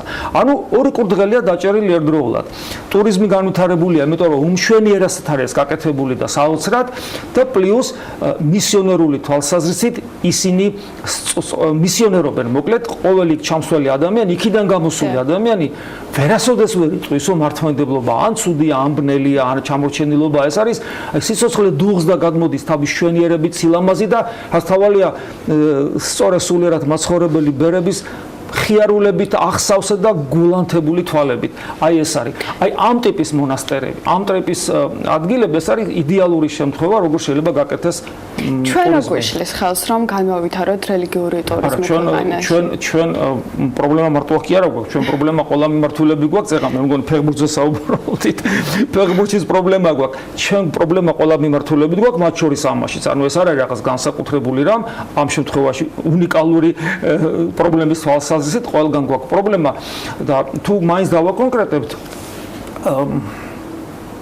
დავიც რა გვიშლის ახლა მე მაგალითად ერთ-ერთი მიზეზი, სულიერი მიზეზიც არის რა თქმა უნდა, იმიტომ რომ მე მინახია ცუდად განვითარებული რელიგიური ტურიზმიც, მაგალითად მე ძალიან არ მომწონს, როდესაც ვთავაზობ მშვენიერებას და სანაცვლოდ არ ვაძლევ ეს ჩემთვის როგორც მართლმადიდებელისათვის უცხოა. მე მიგივე საბერძნეთში არ დავასახელებ, უხერხული იქნება კორექტულობის თვალსაზრისით, ნამყოფი ვარ ერთ-ერთ უმშვენიერეს მაგალითად მომაქვს უბრალოდ ერთ-ერთ უმშვენიერეს მონასტერში, ნუ ეს არის ზღაპარი, მართლა ზღაპარია, ისეთი ლამაზია იქაურობა, შეიძლება გააოგნდეს ადამიანი, აი მართლა რახელმა ააგო, შეიძლება ითქვას ეს მონასტრების მთელი კომპლექსია. და იქ უამრავი ტურისტი არის, ჩადის, ნახულობენ მისიონერული თვალსაზრისით ნულია იქ ანუ სულ ფიქრობდი ხოლმე რომ აი ეს ჯგუფები ხომოდიან იქ რომ ერთი ცოცხალი ბერი ნახონ რომელიც შეიძლება ხმა არ ამოიღოს უბრალოდ ქრისტიან ბერს თუ ის ნამდვილი ბერია თვალებიდან სინათლეს ასხივებს იმის დანახვაც კი უკვე საკმარისია რომ დაინახო რომ აი აქ რაღაცა სულიერი თვალსაზრისით ღირებული ხდება ანუ აქ ღმერთია უფალი ხო ესე გვასწავლით ნათელი იყავით ამ ნათელს ხვები დაინახავენ ისე უნდა ბრწყინავდეს და ამ ნათლის გამო მე ღმერთის ზიებას დაიწყებენ ანუ იქ არის სრული განცალკევება იქ ცოცხალი ბერი არ არის და მარტო არის უძველესი შენობები და ცუდი რატოა იცით რომ მართლმადიდებლურ ტურიზმზე თუ ვისაუბრებთ, მართლმადიდებლობა არ არის მკვდარი რელიგია, მართლმადიდებლობა არ არის რაღაცა ეთნოგრაფიული მუზეუმის მსგავსი რაღაც, ეს ცოცხალია. არ შეიძლება, აი დაახლოებით, რა განსხვავებაა, თქვა, ცოცხალ ვეფხვსა და ფიტულს შორის. არ შეიძლება ფიტული აჩვენო, უნდა ცოცხალი ვეფხვი აჩვენო, ხო? აი ამის თქმამიდა, თუ ჩვენ ისე განვავითარებთ რელიგიურ ტურიზმს, რომ ვაჩვენებთ სიცოცხლეს და იქ მოსულ ადამიანს დავანახებთ მართლმადიდებლობის იდეადეს, დამერწმუნეთ, რომ ეს იქნება ორმხრივად სასარგებლო, როგორც ქვეყნისათვის ფინანსური თვალსაზრისით, ისე ღვთის წინაშე იქნება და თუ ღვთის წინაშე მართალი ვიქნებით, რომ ყოველ მოსულ ადამიანს ჩვენ რაღაც სიცოცხლეს დავანახებთ, თუ რა არის მართლმადიდებლობა, უფალი კიდევ უფრო მეტად აკურთხებს ამ რელიგიურ ტურიზმს და უფრო მეტი წყალობა იქნება, იმიტომ რომ თუ ღვთისათვის სათნოდ კეთდება, რაიმე ღვთისაგან კურთხევა. მე ვფიქრობ, აი ესე უნდა გაკეთდეს. უნდა იყოს თუ არა ამ პროცესებში ჩართული ეკლესია და რამდენად არის ჩართული საპატრიარქო. ეკლესია როგორ არ უნდა იყოს ჩართული, მაგალითად რაღაცა დოზით, ეთქვით, მე ერთ-ერთი რიგითი ტაძრის წინამძღვარი ვარ, რომელიც არანაირი ისტორიული ღირებულების არ არის, ახალი სატაძრო კომპლექსია, 3 ტაძარია იქ, რომელიც ავაშენეთ და რა თქმა უნდა, ამგვარი რაღაც ღირებულება არ აქვს ჯერჯერობით. თუმცა ჩვენ გვინდა ეს ღირებულება შევძინოთ სწორედ აი ამ კუთხით, იმიტომ რომ გვინდა რომ იქ მოვაპირკეთოთ, შადრევნები გავაკეთოთ, ისეთი ლამაზი იყოს იქ, რომ ადამიანს მოუნდეს იქ რომ შემოვა ეზოში, აღარ მოუნდეს გასვლა. ესეც გარკვეულწილად ამ კუთხით არის საფიქრებელი და უამრავი ადამიანი უცხოელები მოდიან. უცხოელები ხო ბევრს დადიან საქართველოში და შემოდიან ხოლმე, იმიტომ რომ აინტერესებთ ეკლესია როცა არის. ვცდილობთ, როცა უცხოელი შემოდის, და შემოდის, ხო, ვცდილობთ რომ არ გავუშვათ, ჩვენ არ ვეწევით, რა თქმა უნდა, აგრესიულ პროზელიტიზმს, რომ აგრესიული პროზელიტიზმი უცხოა მართლმადიდებლური სულისათვის, იმიტომ რომ ეს არის იგივე ფსიქოლოგიური ძალადობა. მაგრამ ჩვენ მათ ვაძლევთ საშუალებას, რომ ისინი მათ კითხვის დასმის საშუალება ქონდათ, ისინი დაინტერესდნენ. ჩვენ ვცდილობთ რომ მათ დავანახოთ მართლმადიდებლობის სიდიადე, მათთან დიალოგში რომ შევდივართ. გესმით? და მათაც უხარიათ, მრავალი ადამიანი მე მოსულა წირვაზე მდგარა, ხო? ლაპარაკობ არა მართლმადიდებლებზე, უცხო ქვეყნის მოქალაქეებზე და ჩვენგან მიაქვთ რომ ის რომ აქ არის სიცოცხლე და ბუნებრივია მე მათ ხშირად უნდებათ ხომ უთქვიათ ყოველ შემთხვევაში რომ ჩამოვალთ კიდე მოვალთ და კიდე გნახავთ და კიდე ვისაუბროთ და კიდე შევხედავთ და იყო შემთხვევები როცა დაბრუნებულან შემდგომში და უნახავთ. ანუ ეს ერთ მაგალითზე და წარმოგიდგენიათ რა შეიძლება იყოს რა მოხდეს სვეტი ცხოველში, ალავერჩი, თქვა ისტორიულ ადგილებში, როგორ შეიძლება ეს ყველაფერი გაცოცხლდეს. შეიძლება და რა თქმა უნდა საპატრიარქო ამაში ალბათ ამის დროც მოვა, რა ვიცი, ხა მე არ ვიცი მე საპატრიარქოს თანამშრომელი უშუალოდ არა ვარ, მაგრამ ყოველ შემთხვევაში დღეს თუ არა ხვალ ეს აუცილებლად გასაკეთებელია და ჩვენ მართალი ვიქნებით ღვთის წინაშე. ანუ ფიქრობთ რომ საპატრიარქო უფრო მეტად უნდა ჩაერთოს პროცესებში? მე არ ვიცი რა დონეზეა ჩართული. მე არა, ამიტომ მე ხო არა ვარ საპატრიარქოს თანამშრომელი, მაგრამ მე არ მგონია რომ ამ საკითხთან დაკავშირებით რაიმე წინააღმდეგობა იყოს, იმიტომ რომ ეს გესმით როგორ არის ძველად ნახე რა ხდებოდა მოციქულები მიდიოდნენ და რა ხიფათის გამოვლა უწევდათ რა როგორი გზა იყო ხო მაშინ მოგბაშდელი მოგზაურობა ძალიან რთული იყო წარმოგიდგენიათ პირველი საუკუნეა მიდიოდნენ რომ ადამიანებამდე ქრისტეს სიტყვა მიეტანათ დღეს ისეთი დრო მოდის რომ შენთან მოდიან სიარულიც კი არ გჭირდება ეს ბერძნული მონასტერი რო ვახსენე იცით რა ხდებოდა იქ დღეში ალბათ რავი 10,000 კაცი შეიძლება მეტი ჯვამდენი ადამიანი მოდის შენ აჩვენე, შენ უთხარი და ერთი ადამიანი მაინც ხო გაიგებს. დამერწმუნოთ კიდევ უფრო მეტი მოვა. აი არიზონაში ესე ხდება, ისინი ხედავენ ამ სიცოცხლეს. ანუ ჩვენთან მოდიან პირიქით, რადგან მოდიან? ჩვენი გარეგნულ მშვენიერებასთან, ისტორიულ გარდასულ დღეთა სიდიადესთან და მშვენიერებასთან ერთად, ხო შეიძლება რომ სიცოცხლე რომელიც არსებობს ჩვენში ესეც გავატანოთ. მე ვფიქრობ, რომ ეს საქმე არის მისახედი. ამ შემთხვევაში მე ვფიქრობ, სახელმწიფო და ეკლესია ერთად უნდა მოქმედებდეს. სხვათა შორის, საქართველოს ხო ისეთი ქვეყანა, მაგალითად მე ვიცნობ ერთ ადამიანს, მე შემიძლია დავასახელო კიდევაც ეს ადამიანი თუ თქვენ მეტყვით, ეს არის საინტერესო ადამიანი, ეს არის მწერალი, მან ორი მშვენიერი ნაწარმოები შექმნა ისტორიული, ერთი ეხება კწანისის ომს და მეორე დავით აღმაშენებელს. დავით აღმაშენებელი ჩვენ ვიცით მარტო კონსტანტინე გამსახურდიის და არ ვიცით მისი, ეს არის ვასილ კუკუნაშვილი, მან უზარმაზარი ნაწარმოები შექმნა დავით აღმაშენებელზე, რომელსაც ჰქვია ჯვარ-პატიოსანი, ეს არის განსაცვიფრებელი ნაწარმოები, სადაც გაცოცხლებულია დავითი როგორც სახელმწიფო მოღვაწე, რომელმაც შეძლო საქართველოს გაერთიანება და კავკასიის გაერთიანება, უბრალოდ და იმდენად კარგად არის ეს ნაჩვენები, რომ სოფლიო ერთობის ახალ გეგმათა შეიძლება წარმოჩინდეს და მას აქვს ეს იდეა და ამის განხორციელება ცდილობს ახლა ინტენსიურად, რომ საქართველოში ძალიან გაცოცხლდეს ტურიზმი, რომელიც თავისთავად დაეხმარება, რომ საქართველოში აი ეს მიტოვებული რეგიონები რომ არის, რომელიც ფუნქცია დაკარგა, ხო? იგივე თუნდაც მთიანეთმა. რომელს ფუნქცია დაიბრუნოს, რომ ტურისტი რო ჩამოვა და ჩავა ხევსურეთში, იქ ნახოს ხევსურეთი. რო ჩავა სვანეთში, სვანეთი ნახოს და ასე შემდეგ, ოღონდ ძალიან მაღალ დონეზე უნდა გაკეთდეს. და რა თქმა უნდა, ესეც კავშირშია იგივე რელიგიურ ტურისტთან, იმიტომ რომ წარმოგიდგენიათ საქართველოს რომელიმე კუთხე, ვთქვათ, იქაური სიწმინდეების გარეშე. ანუ ეს უზარმაზარი პოტენციალია საქართველოში და რა ვიცი ხა ჩვენ საუბრობთ, იმიტომ რომ ჩვენც კი ვხვდებით, არც სახელმწიფო მოღვაწეები ვართ და არც დიდი იერარქები, ჩვენც კი ვხვდებით, რომ როგორი მნიშვნელოვანია და ალბათ ხელისუფალნიც და დიდი იერარქებიც ხვდებიან ამას და ალბათ ამ თემაზე ფიქრობენ, იმიტომ რომ ეს ამ პოტენციალის გამოუყენებლობა არის ბოროტებაც კი, იმიტომ რომ რა დღეში ვართ ხო ხედავთ? ძალიან დიდი მადლობა საინტერესო ინტერვიუსთვის. მამა თეოდორე გიგნაძე, ჯვართამაღლების ეკლესიის წინამძღვარი იყო ჩვენი სტუმარი. ჩვენ გვამოვისმინეთ როგორც ტურიზმის ექსპერტების, ასევე სასულიერო პირების მოსაზრებებით საქართველოში რელიგიური ტურიზმის განვითარებასთან დაკავშირებით, შესაბამისად სამმავლოდ ყველა ამ აზრის გათვალისწინებით უკვე შესაძლებელი ხდება ქვეყანაში გარკვეული ნაბიჯები გადაიდგას განსავითარებლად. მადლობა მარიამს და მის სტუმარს ძალიან საინტერესო საუბრისათვის და ძალიან საინტერესო თემაზე კიდევ ერთხელ გამოხმაურებისათვის, რომელიც არ იქნება ბოლო, რა თქმა უნდა, BMG-ის გადაცემებში და ამ მიმართულებით კიდევ ბევრ საინტერესო გადაცემას გპირდებით. ასეთი იყო საქმიანობის დღევანდელი ბოლო ნაწილიც. წინ ქალების ნარატივი გელოდებათ, რა თქმა უნდა, ზუსტად 3-ზე ბექაბაცი გადაცემა და დათო ჯალაღონიასთან ერთად საქმის კურსის ეთერს უნდა უყუროთ. და ხვალამდე გემშვიდობებით და ბედნიერ დღეს გისურვებთ.